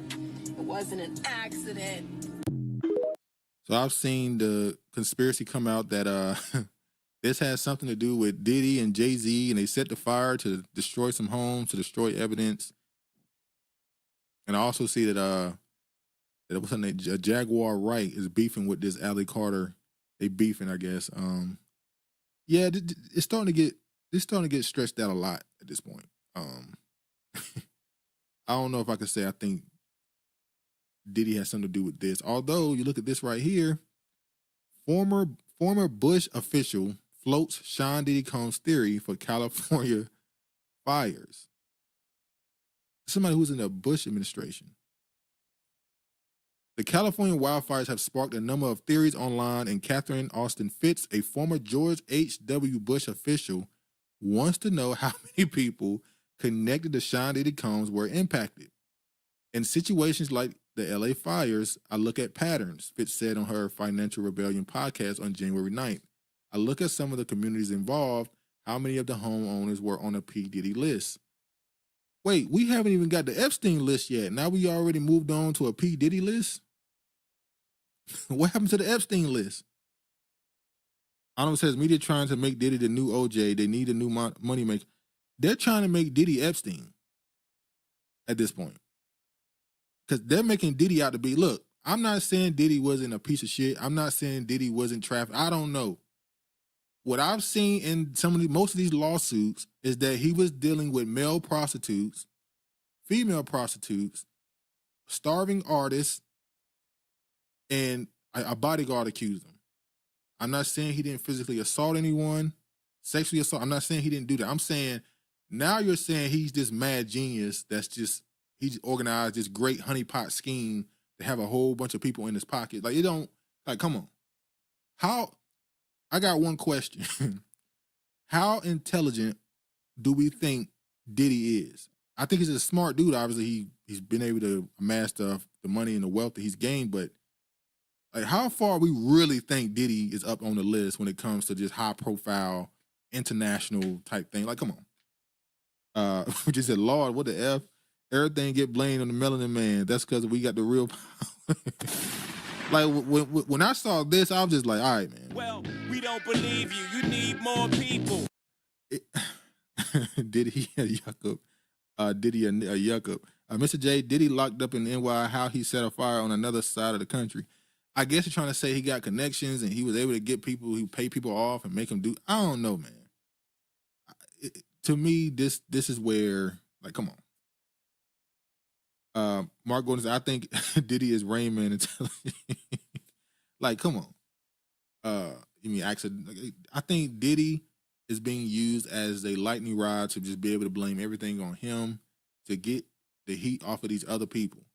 I'm very interested in what happens at his trial. Also, y'all see, this is how bad it is. When the Luigi dude was arrested, recently an article came out saying that, or somebody wrote an article, somebody said, rumor, I don't know, I guess you call it rumor, that Diddy is in jail beefing with the Luigi dude because he's more well-liked in the jail. Come on, my nigga. Come on, my nigga, come on. I'm gonna say it's hilarious how black men magically have all this power to make shit happen overnight. If Diddy had this type of power, he wouldn't have been suing no liquor company for no shares or no money or whatever. He would have gotten it. If Diddy had this type of power, there's no such thing as a lawsuit coming from Case. It's not happening. If he was doing and capable of what they're saying he is capable of, we would have never heard any of this, the rumors and stuff going on for the last 25 years. It don't make sense. Did you see the movie Magical Negro? Animal says, no, didn't see that movie. Plot line was him kind of chasing. Oh, y'all talking about that movie. All right. Anyway, so yeah, they went on, they brought up, you know, a bunch of celebrities that were affected and whether or not they have connections to Diddy, and I'm just like, whatever, man. Nah. Quick story, I'm not gonna read this all, this the headline. Pizzagate gunman killed by police in North Carolina, authorities say. Y'all remember a couple years ago when the Pizzagate story dropped and the dude went into the pizza restaurant and threatened to shoot and they arrested him? Well, he just got killed by the cops. So, move on now. Virginia said you're writing the jokes as you go. It's just crazy. All right, speaking of displacement, this is kind of a hard segue. I thought I had another article before this, but got to keep moving. Speaking of displacement, recently, as I said, Dr. Umar, a bunch of celebrities were in Africa, particularly Ghana, for what they have, their return to home, all this other stuff, get dual citizenship. And I found these two videos of them speaking on the other people that's coming to Ghana to stay and get citizenship. And for the most part, it seems that it was Indians and Caucasians. Let me show the video. No, this one is a Ghanaian. Ghana is a very lively place. I really like it here. It's such a warm and friendly country. I eat all the food. I eat kenke, I eat banku. We love Ghanaians. We love Africa. First day I came, I was...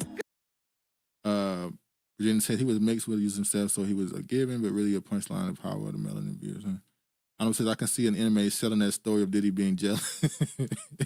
Trying where I am. You can find everything that you use in Indian cuisine in Ghana.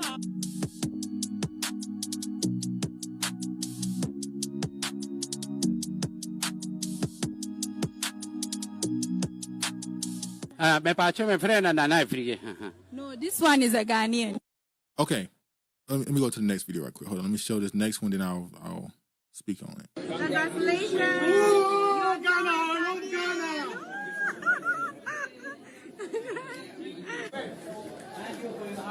Congratulations!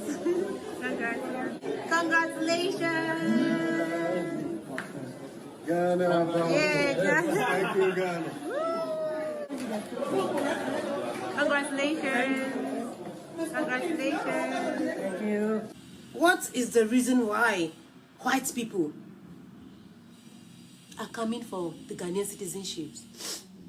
I don't know. This is what I don't know. And I was shocked to see huge number of whites, you know, and Ghana gave it to them. Guys, come, let's watch this video together and share our thoughts. Let's watch. Excuse me.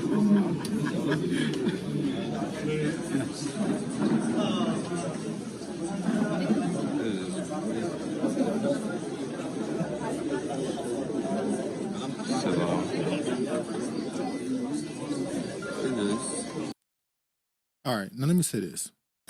Mr. J said, curry and crackers crashing in. Mr. Mark Gordon, isn't Ghana economy broke? Well, it seemed like they owe money. And I'm going to get to that. I'm going to talk about it for us. I'm going to talk about it in a second. Mr. J, Ghana a hoe. Animal, disgraceful black people. They should not be allowed back in this country. Mark Gordon are offering dual citizenship. Yeah. And Virginia said, wasn't Ghana in the news last year for a news source discovery that makes it attractive now? Well, black people. They, for the last couple of years, have been pushing this Black American return to home, the apology for slavery, yada, yada, yada. Now, when I saw this, I immediately thought of the president or the leader of this country. Whenever you decide to allow people in your country, there's things you have to be cognizant of, especially when there's things you have to be aware of, you have to be careful. Number one, ratio. And demographics.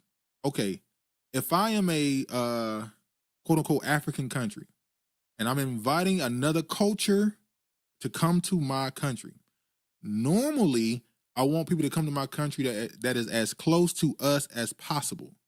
That's why it makes sense for them to ask for Black Americans, Jamaicans, Haitians, Caribbeans, whatever, to come to Ghana. They're other quote unquote Black people. So because you have to be careful, because when you bring other people to your culture, you're gonna have mixing. It's just gonna happen. When I looked at this and I saw all these people that got citizenship, it's mainly men. So you have foreign men gaining direct access to your country. What do you think is going to happen? What is the purpose of bringing these people in? If you say you're bringing these people in because you owe money, you're trying to pay money because you're in debt, so you're needing to bring their wealth to help stabilize the economy, well, what do you think they're going to do when they're there? I'm sorry, it's natural. So now you're going to have these men in your country procreating, leading to a mixed group in this country. This is Africa. One of the few places on this planet that ain't mixed up really. Like I always say, the Middle East is a bunch of mixed people. Those are people mixed with Caucasian, African, Asian people all throughout the middle. That's all mixed people. Just like we talk about South America, most people in the Caribbean, when you talk about, Dominican Republic and Puerto Rico and Grenada, that's in North, that's in South America, but still. So when you invite these people there, what do you think is going to happen? You think they're just going to come there, work, help your economy, and leave? It's crazy. Honorable says, third world country swapping people is hilarious. And it's funny, this reminded me of that story that might be BS, because I haven't seen anything that proved it was real, where Japan was asking for men to come to the country because their population is dropping, so they need people to come and build the population back up. Africa is not having a population problem. They're one of the fastest growing populations, and they're young. They're the youngest continent. So what are you bringing people in other than money? You're risking your culture to fix the debt that you put yourself in. Mark Gordon said Africans are apologizing for slavery. Someone should tell Godfrey he thinks the Europeans stole the Africans during the slave trade. Mr. J says Ghana has hella sex trade. That's what this seems like. He's willing to sacrifice that to try and gain money to pay off a debt. It's crazy. I want to show this too. When I was talking about these people inviting these foreigners in their countries when it's just not going to benefit you in the long run. The same thing happened with the Asians. We see what's going on throughout Africa with the Asians. They're impregnating these women and going back home. And now you got these kids growing up, half Asian. These populations are growing. It's creating a buffer class almost. You're getting recolonized. It's crazy. Gun-wearing leader sparks attention at Ghana inauguration.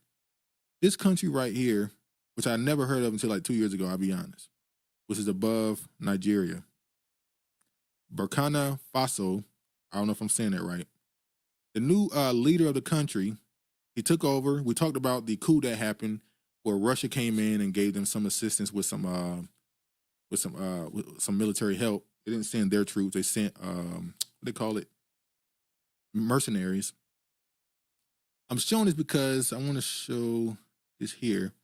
He said he was rejecting IMF aid and pledges self-reliance, which is what we expect all these African countries to do. But IMF obviously is the International Monetary Fund. This is the place that puts all these countries in debt. They borrow money from them, interest rates go up, and they can't pay it back. Apparently, he took the money. IMF Executive Board completes first review under extended credit facility arrangement and concludes 24. Oh, no, that right there. And then this right here is IMF reaches staff level agreement with the country on the second review and extended credit facility. So they gave them credit. So you have a country of young population that's growing that is allowing foreigners to come in, that being the Asians. The Russians are starting to be friendly, but they're not really coming in. You're now inviting, some countries are inviting the Caucasians, the Indians. Indians already been in places like South Africa, obviously. You're inviting them in to try and use their money from their countries to stabilize your country. And also, I would imagine you want their skills. I remember I saw one video years ago of a African man who was being interviewed. I can't remember what country. And the guy asked him, what are you going to do about the farms? Yada, yada, yada. And he said, we're waiting for the Indians to come back. And it was just sad. You're waiting for the Indians to come back? Really? South Africa, a few years ago, when they kicked all the farmers out, and then they couldn't farm. So they had to come to an agreement with them to come back and teach them the skills to do it on their own. It's just like, come on, man. I know it says they're young, but they also lying about those numbers. I think their population is doing just fine. I don't think they're lying about the numbers, like the population growth. Mr. J says, Fausto took the money. Yeah, he took the money. So all that revolution, we don't need the West, stand on your own. And he took this, he had to fold a little bit, I guess. Let me show this right here. I'm going to jump through this now. Louisiana reports first H5N1 bird flu death in the U.S. We talked about this in the last year. Y'all see what's going on with China, where another virus is spreading in China now. That as soon as Trump get back in office, China got a new virus that's popping up. Mark Gordon said they need the Africans that left and got education to come back and help them build. Well, the ones who left typically come from families that are in the upper echelon, upper class, so they don't really have any allegiance to that country, really. Like, I'll be honest, most of the people I see in America or throughout Europe that talk all that pride about being from whatever country is in Africa, it's false, because they don't ever care to go back, and it's just them playing virtue signaling, I guess. So let me jump forward. So the first death in Louisiana from H5N1. Mr. J said China got a new pandemic they ain't talking about. Yeah. I want to show this. Now, I'm showing this for a reason, so y'all please, I'm showing this for a reason. Y'all remember when Ozempic first popped up? Obviously, it didn't pop up, but Ozempic was used for diabetics. And then people find out people can use it for weight loss, and then it's kind of being repackaged as something for weight loss. Now, these COVID vaccines, as you can see, case of a 19-year-old woman experiencing significant breast hypertrophy starting 1 week after receiving the Pfizer COVID-19 vaccine in September 2022. The patient initially reported tingling in her breast, followed by sudden bilateral growth, which worsened after receiving a second vaccine dose. Over 6 months, her breast size increased from a B cup to a triple G. So something in this vaccine caused an extreme growth in this woman's breast. I said to myself immediately, because that's how Big Pharma works. They're gonna find out what in this vaccine did that to her and other women, and they're gonna find a way to turn this into something that replaces the quote unquote that replaces the boob job. Watch. The same way they're about to make even more money off of this shot. With all the dangers that it caused, they're not going to use it to deal with the plastic surgery situation. I'm skeptical of Ghana specifically. Honorable, this is colonization for them. They have to stop viewing these people as victims. This is their culture. Encore, I'm skeptical of all West Africa. They are not to be trusted. I see you looking. And Margot said, just like Prozac. Look, when I saw this, because there's an uncensored picture on the actual document. It's not nothing lewd, but it looks like a breast job. So I saw the man in the comments joking like, "Oh, maybe Dr. Fauci knew what he was doing." I said, "That's not cool." This woman's breast kept growing and growing and growing. They're gonna find out how to replace the breast implants with that. Watch. It was once used as heart medication. Mr. J, hold up. The C shot gives you the stripper. But yeah, when you look at the actual pictures, it's pretty bad though. They had to remove a lot of excess. There's a lot going on. Uncle, West Africa known for scamming honorable. Hard to did it say? How hard to trust. All right, let me move forward. Oh, this is it right here. We already talked about it. What you need to know about the HMPV as China sees rise in cases. Nothing else to see. We got it. All right, next up. Yeah, let's do this. Let's do this. We gotta get to this now.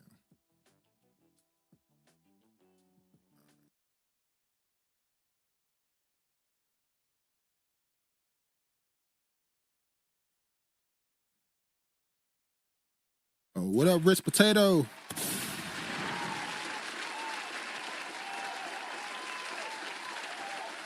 All right. A MAGA civil war on X between Musk and far right over H-1B visas. I'm sure y'all already heard about this. This was a couple weeks ago, right? Elon Musk came out in strict and hard defense of H-1B visas because most of his staff is actually seemingly Indian or at least foreign immigrants. He defended it, saying that basically, according to Vivek, said, America is lazy and dumb and they can't do the work, and we need to import people to do the work until we, America, is able to train the people properly. Honorable said they need to put that on the market immediately. Chicks out here still buying push-up. Oh, Lord. All right, let me show this. The online rift over the H-1B skilled worker visa program signifies a potential wedge between Trump's core base and his new Silicon Valley supporters. Let me just jump. I think this right here is a video. Yeah, let me read what Vivek said about Americans. The reason top tech companies often hire foreign-born and first-generation engineers over Native Americans isn't because of an innate American IQ deficit, a lazy and wrong explanation. Now, notice he put native in quotation marks. So he's already speaking against the idea of a native or natural citizen. So obviously he's very pro-immigrant. A key part of it comes down to the C word, culture. Tough questions demand tough answers. And if we really are serious about fixing the problem, we have to confront the truth. Now, keep in mind, Trump's entire a big chunk of Trump's campaign was getting the immigrants out of the country. But now you have two people at least, that were some of his biggest supporters coming out in hardcore support of immigration. Mr. J, Musk is South African. How's anybody surprised? Keepers, I hope they continue to get dragged for this. Honest dishonorable bitch. Who is you? Yeah. Our American culture, he's trying to make himself a part of it, obviously. Our American culture was has venerated mediocrity over excellence for way too long, or at least since the 90s and likely longer. That doesn't start in college, it starts young. A culture that celebrates the prom queen over the math Olympiad champ or the jock over the valedictorian will not produce the best engineers. The culture that venerates Corey from Boy Meets World or Zach and Slater over Screech and Saved by the Bell or Stefan over Steve Urkel and Family Matters will not produce the best engineers. Now he's critiquing your entertainment. So basically, immigrant families kept their kids away from these shows because what it taught about kids not striving for greatness. He went through a whole thing defending the idea of bringing immigrants here because their culture teaches hard work. It's funny, we hear the same thing when it comes to quote unquote black immigrants. Now, this didn't go over well, obviously. The entire half of the MAGA base turned on him, started being very racist towards him, telling him to go back to his country, talking crazy. And it's funny because when he received his backlash, the first thing he did was say something about affirmative action or DEI or something. He immediately started getting pushback and immediately said something to attack quote unquote black people. T still on sabbatical. I vote Simmons take his place. Virginia says we Americans are constantly and regularly being duped like 3-car Monty. Yeah, Mark Gordon. He shouldn't talk with the crap caste system he practiced. It's always strange to me when people from these other countries just assume you don't know what's going on over there, and they have some crazy foul stuff going on, and they feel like they have the ability to critique what's going on here. Although America is guilty of that too, so it is what it is. But what he was trying to defend was he was trying to say that the H-1B visa, speaking of Elon, was given to the most highly qualified people, people that are engineers and all this other stuff, and that's why you need to allow these people to come in, and even more, you need to open the floodgates for them. But people found out that's not true. These work visas were given to people to work at really anywhere, janitors, anything. Let me show this. Somebody showed this. Shout out to Dwan B. That's an engineering one, but look at this one. Assistant professor of music, Black American and or Afro diasporic music. So someone got a visa to come to America and teach Black American music. Then you got right here, computer science, all this stuff. A selling coach, and then somebody pointed out this one right here. It's Charleston, South Carolina. Look how many. Look at that. Crazy. So it wasn't going to the people they assumed it was going to. On code, India is a crazy place. Man, India is, yeah. Margot, this is about getting cheap labor. Yeah, that's what Elon wants. He wants people that come in, can do the job for the less money. Because the problem is not that Americans don't have the education or don't have enough numbers. It's because they don't want to pay them. As a matter of fact, some professor came out and said that institutions since the 90s have been working to push out American students out of certain fields and allow immigrants or foreign students, exchange students, to come in and take those positions. So they've been working to replace the American workforce in certain fields for the last 20, 30 years at least. I don't trust Indians. Honorable says their culture only teaches hard working in America, never in their homeland. Can he explain that to us? People really don't talk about the poverty that exists in India. Like for some reason, and we know why, whenever people think about extreme poverty or third world country, they immediately put Africa. But India is pretty bad. It's pretty bad. Now let me show this right here. I wanted to show this right here because speaking of the natural born citizen, why certain people deserve have more say in this country than others, this is partly why. So a lot of that relates to Black history that we no longer teach. If you happen to be in Indiana, you're in the Hoosier state. Where'd you get that name? A Black evangelist named Harry Hoosier in the Second Great Awakening. His converts went there. How many people who live in Indiana know that they're named after a Black evangelist? Probably very few. How many know that the guy who brought an end to the American War for Independence, according to Lafayette, is a Black double spy named James Armistead, who brought the war to an end? Without that, it might have gone much longer. That's a piece of currency from 1880. It is signed right down here at the bottom by Blanche Kelso Bruce. And Blanche Kelso Bruce is the first Black man to serve a full term in the U.S. Senate. He's the first Black man to be nominated for Vice President of the United States back in 1880. We don't hear that today. That's amazing. History. Now let me show. I'm showing this for a reason because I want to talk about some unearthing the hidden racist history of American sundown towns. Last year there was a movie trailer, and it's been stuck in my. I can't lie. I'm really anticipating this movie. Y'all know that movie? We showed a trailer called Sinners, with Michael B. Jordan and what's his name? Because I was looking at the movie, so it's a movie about vampires or whatever in during Jim Crow era. And now I look at it and go, oh, it's about sundown towns. This is why I keep saying how what's his name? Jordan Peele created a whole idea of race horror, where you can make a movie about Black people during Jim Crow era fighting vampires. That's really a metaphor for sundown towns. Mr. J, Indians worship cows and wash their hands the same place as the cow. Man, they don't just worship the cow. They use the piss to. Yeah, it's a cultural thing. It's what they do. That's their culture.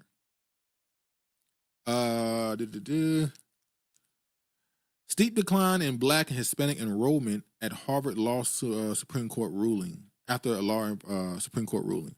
Obviously, affirmative action. Now, I hate that they keep including the brown, the Hispanic in all these headlines, because when they actually going to the story, it's really just about black people. But you know, I'm leading to something with this, y'all. Hold on.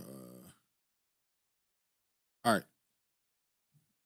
Just want to read the headline. Not gonna go into it because it's messed up. Mark Gordon says they are on one of the worst when it comes to public defecating. What Indians are known for outside of America versus their perception in America is, I already say, it's crazy. Outside of America, they're known for being the most racist, misogynist. They're known for being very pretty much rapists in other countries. When you go to places east of them, east of India, they hate when they come to their country because all they do is come and try to fund the prostitution system. And then the prostitutes don't like them because they don't like paying. Anyway, DOJ releases its Tulsa race massacre report over 100 years after initial review. The reason why this is messed up is they waited until the people died to release this. Because in this report, they pretty much come to the conclusion that the attack was not, because they blamed black men originally in this attack, the Tulsa race massacre. They blamed black men. Now they're saying that it wasn't just a mob, it was a systemic attack and it was coordinated. So it was a crime. But the people who were asking for reparations passed away. DOJ report acknowledges the attack was so systemic and coordinated that it transcended mere mob violence. On Friday, the Department of Justice released its report on Tulsa race massacre after announcing the review last September. The report came more than 100 years after it blamed the massacre on black men and alleged that perpetrators did not violate any federal laws. The Friday DOJ report, however, acknowledged that the attack by white citizens on black residents was so systemic and coordinated that it transcended the mere mob violence. The massacre stands out as a civil rights crime unique in its magnitude, barbarity, racist hostility, and its utter annihilation of a thriving black community, Kristen Clark, the Assistant Attorney General of the DOJ's Civil Rights Division, said in a statement. In 1921, white Tulsans murdered hundreds of residents in Greenwood, burned down their homes and churches, looting their belongings, and locked the survivors in internment camps.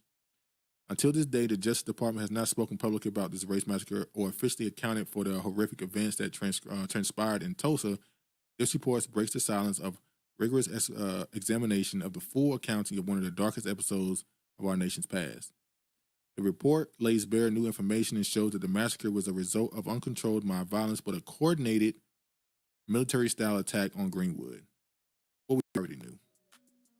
Virginia says, predictable, I guess this is survivors of Tulsa would be denied right to the day their restoration and reparations. Oh, exactly. It's the American way. All right. Let's get to it. They burned down numerous towns. Mark says, I thought one of the Tulsa survivors was still alive. I think one is. You might be right. I think it was two men. It was two women and a man. I think the man and one of the women passed away. It might be one left. I'm not sure. Fat Joe. Fat Joe rips foundational black Americans. FBA calls them broke, and black racist backlash ensues. So this obviously happened a couple weeks ago. He went on the Matt Hoffa's podcast, what it's called, My Expert Opinion. This is before Christmas, if I'm not mistaken. This happened before Christmas.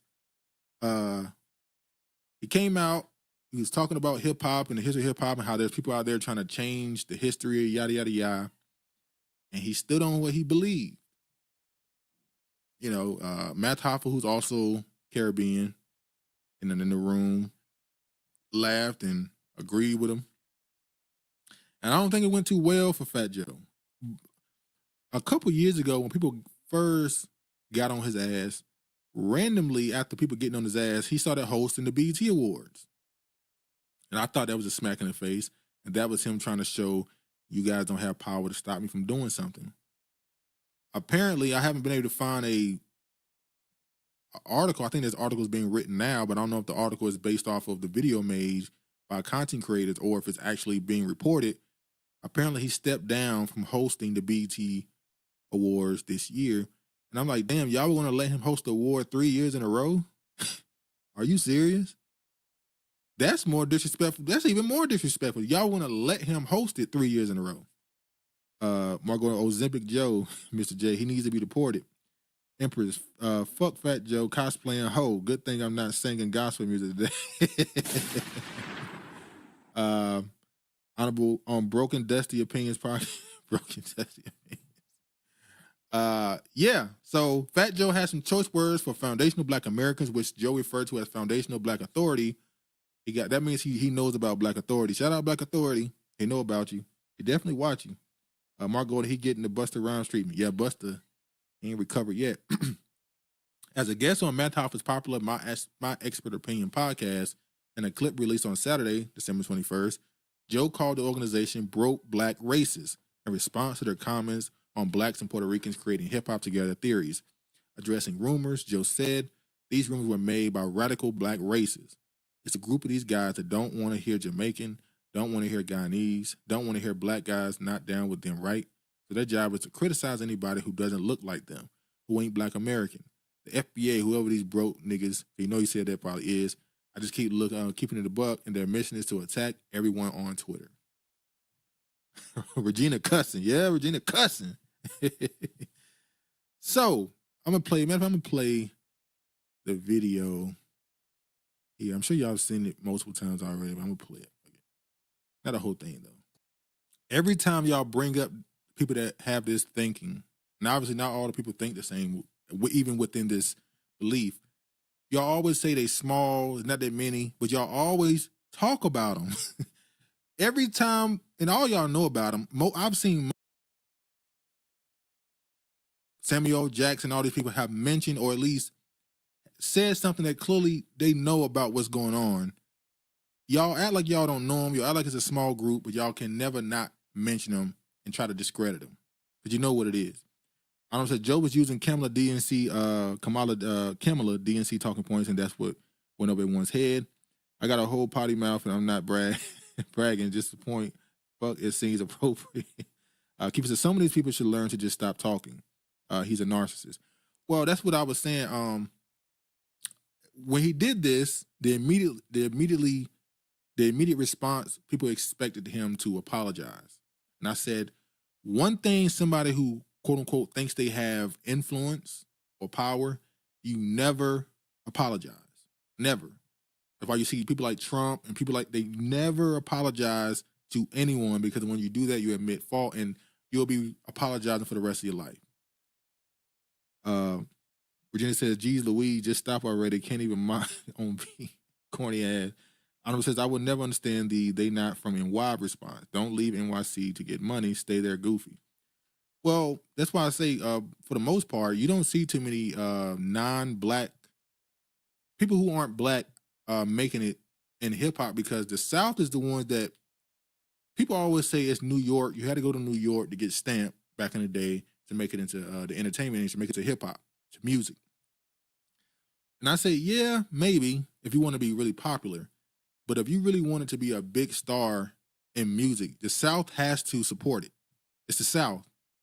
And that's why you don't see too many Hispanics out of New York or California making it hip hop, because y'all be running around saying nigga in your music. And not too many people in the South is listening to no song or no Puerto Rican saying nigga, nigga, nigga, nigga, nigga every sentence. It just ain't happening. Uncle, fuck Fat Joe, I'm with Empress. Honorable says a lot of Black celebrities picking up on FBA. I just hope they learn about ADOS as well. Well, yeah, that's the thing. Somehow, ADOS has become completely political now.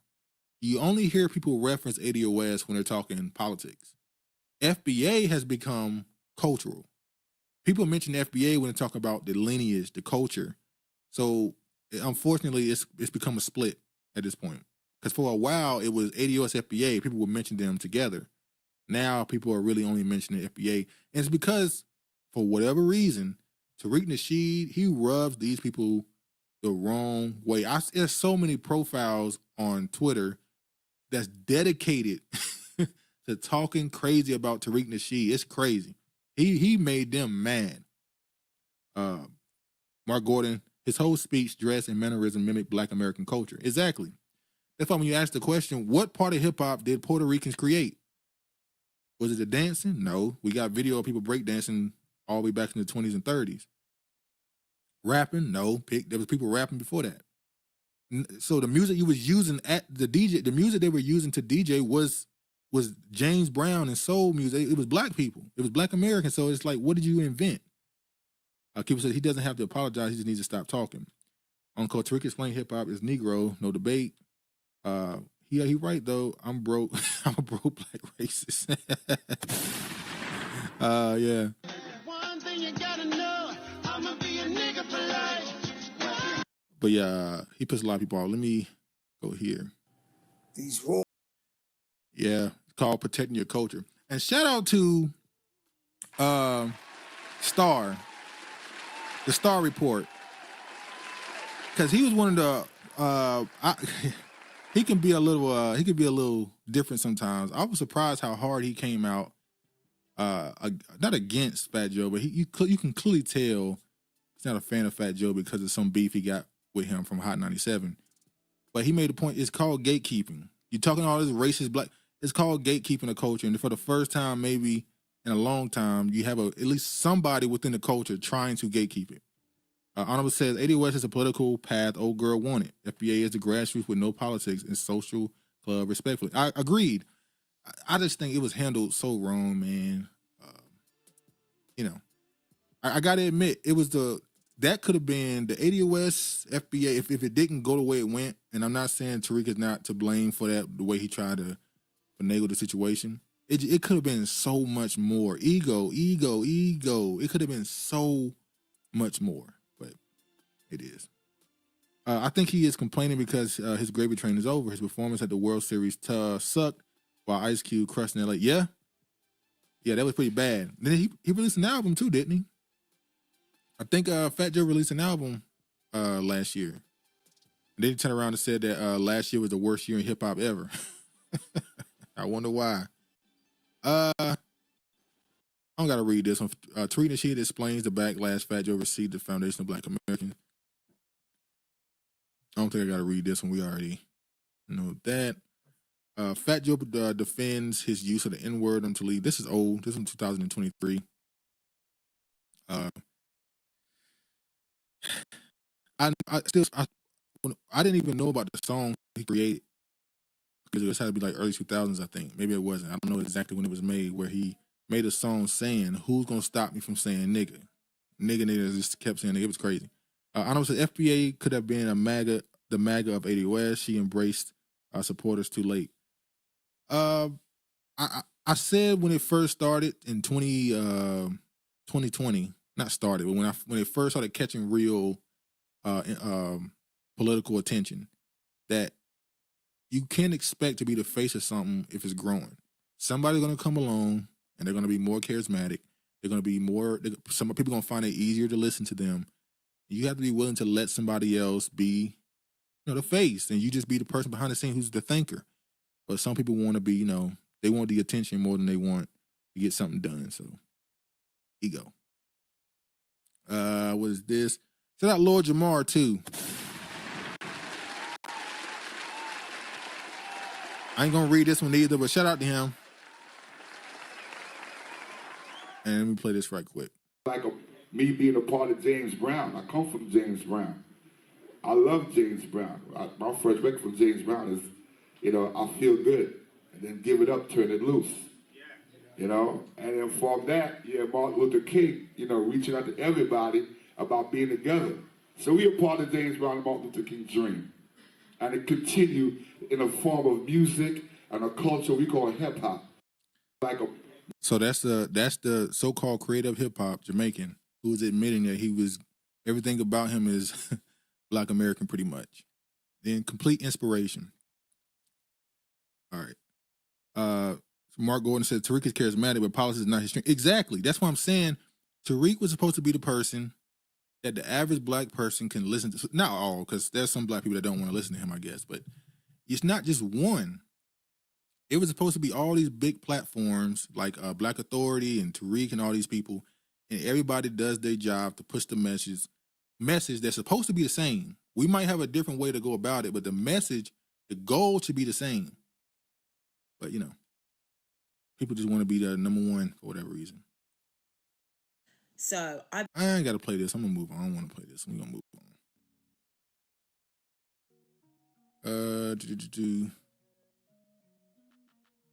Oh, let me show this. Last week, I was going to go further into this, but I might do it next week. Let me play this right quick. We start getting these headlines. You know, Crips LLC has applied for a trademark, and, you know, they're trademarking the marathon continues. You know, I believe this happened just a couple months after Nipsey passed in 2019. Mm-hmm. You know, all this happens, you know, so, you know, a lot of people, you know, they were mad at you. I don't think they understood or knew what was going on. You know, can you kind of break down that whole situation? A lot of people are still mad to this day about me trademarking the marathon. And this is actually the first time I've ever spoken about it publicly. And I did. I applied for the trademark. What happened was when Nipsey died, they were trying to extort his estate in the streets, and it was being talked about, and I got wind of it. So, like I said, I'm not in the street, and I'm not, you know, on the violent tip and that kind of, so I had to sit back, woosah, collect my thoughts, and figure, what are you going to do to save this boy's estate? What are you going to do? I had to do something about it. I heard them talking about, you know. So I said, you know what? That's what I'm going to do. I'm going to trademark it, and I'll tie it up legitimately in the trademark office, and nobody can do nothing with the marathon. Now, I showed that to say this is the same woman that owns the Crip LLC and the Blood LLC. I'm not 100% sure about the Blood LLC. When I looked it up, it gave her credit for being the person who controls the Crip and the Blood LLCs. So I was doing something on that. I was looking up some stuff on that, and it brought me to some other stuff where it was talking about how these gang members and what their beliefs are spiritually. And there was a Blood gang member that did an interview recently. I think not recently, but he did an interview with Real Life Promotions or whatever it is, the same place at Jaguar B. And he said that they worship Satan. And they have all these esoteric beliefs and all this other stuff. Now, at my age now, when I was younger, I have, you know, family members who were gang members. And I remember distinctly when I was my early teens, I was sitting down somewhere I shouldn't have been, and I was listening to a conversation. And I didn't know what they was talking about, but I had a person say to another, well, what's your knowledge? I remember these people are gang members. And I always heard that term, knowledge. And he started talking to him about stuff that I just didn't understand at the time. And then he asked him a question that to this day, because I didn't understand what they were saying, I didn't even get the answer because I didn't know what they were talking about. But he asked the question, what is on the other side of the moon? And he started talking, and I didn't know what they were talking about, so I moved on. So now, I'm at the age I am now, and I've read certain things and all the other stuff. And he said that their God, quote unquote, the person is Satan. It made me go back and read other stuff and look at other stuff totally different because, man, oh man, it's crazy. It says TV series recommendations, Slow Horses. I've heard people recommend that show. I've been recommended that show by multiple people now. I might watch it. I finally watched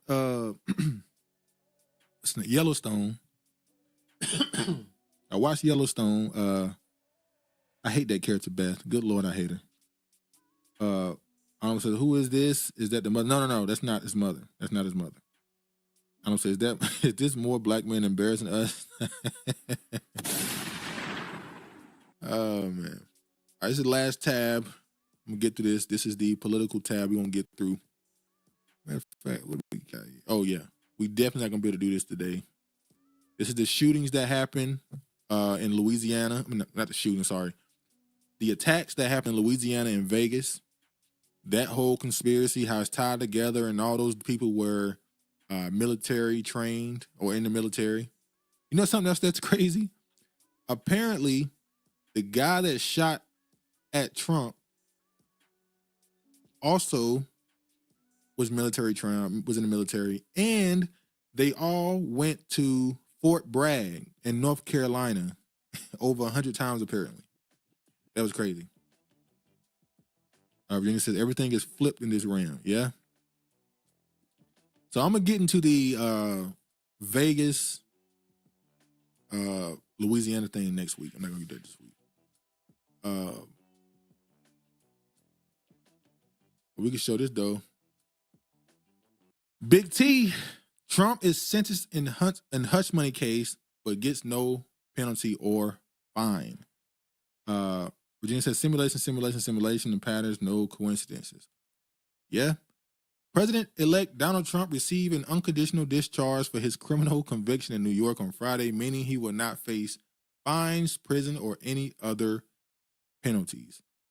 You know, when you prosecute a political candidate and then they win, and you know everything's going to be dropped at that point pretty much, it's probably not good for your career. And now you got a president that got a grudge against you. Tough luck. I want to show this too. Now, this is the same man who spent months telling you that the man next to him is damn near Hitler, is a threat to democracy, how terrible of a person he is, how he's going to destroy this country. And now he's sitting next to him at Jimmy Carter's funeral, chugging and laughing, having a good old time. And this is what I be saying. People cut off family members. People got divorced. People lost contact or relationships with their kids and parents because of this political back and forth. And now those same people y'all are cutting people off for are laughing and giggling together. It happens every 4 years. They do all that hoopla in front of the camera, and then, you know. But as Shakespeare says, everything is a play. We can skip this. Oh yeah, Trump got off and they posted this. I don't like that they do this. Every time Trump beat one of these cases or get accused of some crime, they immediately tie him to something quote unquote black. I don't like that they tie blackness to criminality, but unfortunately, people think it's funny. Pressure on China and pure trolling. Why Trump? Oh yeah, let me show this. Definitely got to show this. Trump said that we taking Greenland, we changing it to we taking reclaim the Panama Canal. We're changing the name of the Gulf of Mexico to the Gulf of America, and we're taking he wants Canada to be the 51st state. President-elect is suddenly promising to annex Greenland, reclaim the Panama Canal, and absorb Canada, provoking longtime allies to just days before taking office. In the final weeks before Donald Trump returns to the White House, the focus of his public remarks has not been about the confirmations of his cabinet picks or on key parts of his campaign agenda like mass deportation or lowering prices. Instead, Trump, who has criticized U.S. military involvement in other countries, is advocating for America to gain more global territory, including by force if necessary. Call it his annexation agenda. What I got from this is, and I saw somebody else say this, this is just once again Trump being able to get the media to focus on what he wants them to focus on. He's able to completely drive them, and the media loves it because the attention they gain from talking about him. I don't know if any of their numbers are going up this time at least, but yeah. Regina said, Trump card, Trump sound. He says exactly. Like, he's able to just play with y'all in the media and get y'all to talk about what he wants y'all to talk about. Y'all just ignore everything. You just admitted in the article, you're not even talking about his cabinet picks. You're not even talking about his agenda to lower prices and the deportation, which is a big deal because two people he associates with are pro-immigration, expanding it at least, growing it, and his whole campaign promise was getting people out of the country. That should be something y'all hold against him because that might split his base. But instead, you're talking about him taking over Canada, and come on, man. He just, it is what it is.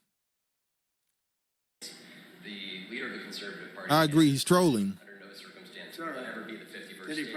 Maybe he won't win, but maybe he will. I don't care. You had suggested. Listen, I don't care what he says. But Sir Lopez, you were considering military force to acquire Panama in Greenland, are you also considering military force to annex and acquire Canada? No, economic force. Because Canada and the United States, that would really be something. You get rid of that artificially drawn line, and you take a look at what that looks like, and it would also be much better for national security. Don't forget, we basically protect Canada. But here's the problem with Canada. So many friends up there. I love the Canadian people. They're great. But we're spending hundreds of billions a year to protect it. We're spending hundreds of billions a year to take care of Canada. We lose in trade deficits. We're losing massive. We don't need their cars. You know, they make 20% of our cars. We don't need that. I'd rather make them in Detroit. We don't need the cars. We don't need their lumber. We have massive fields of lumber. We don't need their lumber. We have to unrestrict them because stupid people put, restrictions on, but I can do that with an executive order. We don't need anything they have. We don't need their dairy products. We have more than they have. We don't need anything. So why are we losing $200 billion a year and more to protect Canada? And I said that to, as I called him, Governor Trudeau. I said, listen, what would happen if we didn't subsidize you, if we didn't, because we give them a lot of money. We help them. As an example, we're buying icebreakers, and Canada wants to join us in the buying of icebreakers. I said, we don't really want to have a partner in the buying of icebreakers. We don't need a partner. Trump just be going on and on. Oh, man. It's funny, though, because how he speaks about Mexico and Canada, to me, is the aggressive version of what George W. Bush allegedly was pushing, where he wanted to make Canada, United States, and Mexico one landmass with open borders and share one currency. It sounds the same, just a little more aggressive. And look at this. Arnold says, stop taking their graduates as well. Add that to the list. Canada tired of people getting degrees just to move to the U.S. Mark Gordon said he called the Prime Minister of Canada governor. Damn. Yeah. He's like, we already own you. We already subsidizing your whole country. But it's funny. Soon as Joe Biden get his son out of hot water, then they show this. Newly released pictures show Joe Biden meeting Hunter Biden's Chinese business partners. Oh, wow. Now you're admitting, yeah. You know what's fun? I think in the next couple years, they'll come out and finally admit that Joe Biden was dirty. He was taking money from certain countries and being backed by dirty money or whatever. And that'll be his legacy. But then again, look at George W. Bush. The entire country hated George W. Bush a decade ago. Now they've turned him into a lovable person.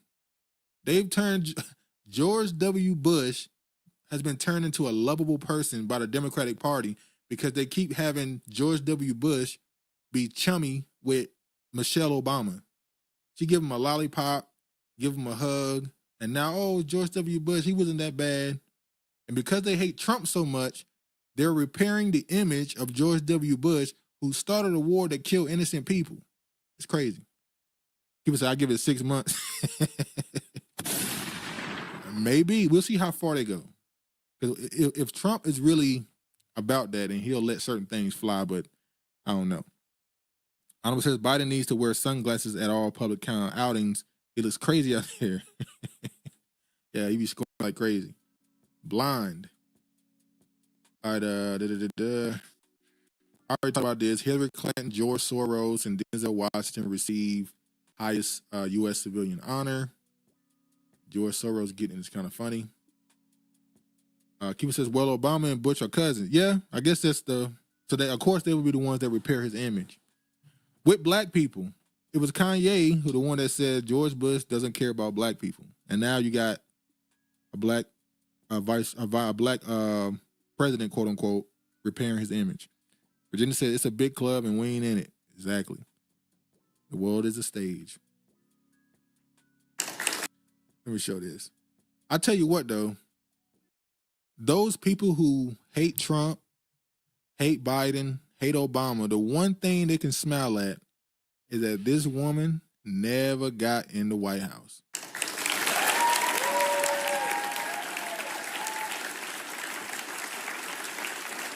And these things are always strange. They always find a reason to give each other awards. Look at Magic Johnson there, Bill Nye. Like, come on, man. They just find a reason to give each other awards, pat themselves on the back.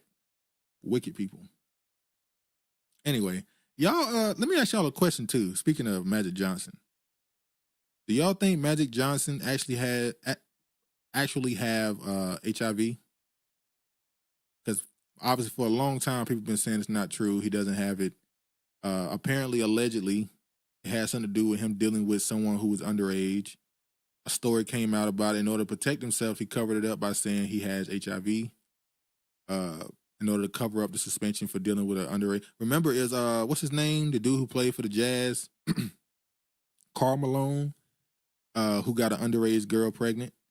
And the NBA still trot him out every year at the All-Star game and at the 50-year anniversary, 75-year anniversary. I don't know. Magic is one of the healthiest. He looked very healthy. Say what you want about Magic Johnson. When he show up, he looked like $1 million. So I don't know. Keeper says yes. Emperor is nope to Magic Johnson. Keeper said the whole family is weird. Oh man, got a 6'8" son, and hey, it is what it is, man. It is what it is. So Obama is Dick Cheney, Trump and Hillary, and genetically linked to his old bloodline, allegedly, from what I read. Even Dick Cheney, they started trying to repair Dick Cheney's legacy. Who shot a man in the face because he thought he was a deer or whatever he said. All right, I'm going to run through this now and get up out of here. Biden abandons mass student debt cancellations plans amid GOP lawsuit. He said he was going to do it, then he abandoned it and reneged on it. It is what it is for them. Sorry.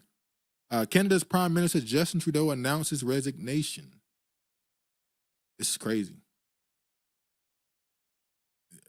Canada's in a weird place right now. And it's funny because during COVID, with the truckers and what he did when he arrested those people and made bank accounts close and all the money that was donated to them, they stole their money. And his own party made him step down. Crazy. Yeah, we're going to stop right there. I'm not going to do the sexual dude or the Louisiana thing this week. I got to do some more research on it. I want to tie it together a little better. Is there any more? I think that's it. All right. Anyway, man. Thank y'all for coming through. We finally back. Sorry. Took a little break, but going to be back now. We'll be live next week. We'll be back Saturday. Thank y'all for coming through. I appreciate the support. Y'all be safe. Be sure to like it on your way out. Make sure to share it if you can. Keep it. Thank you for the show. Thank y'all for joining me. I'm trying to do something right quick. All right, it's a good first show of the new year, Duke. Have a strong end to everyone versus a weak one and start over on Monday. Definitely will. All right, man. And as always, man, y'all be safe. All praise to the Most High. And peace, man.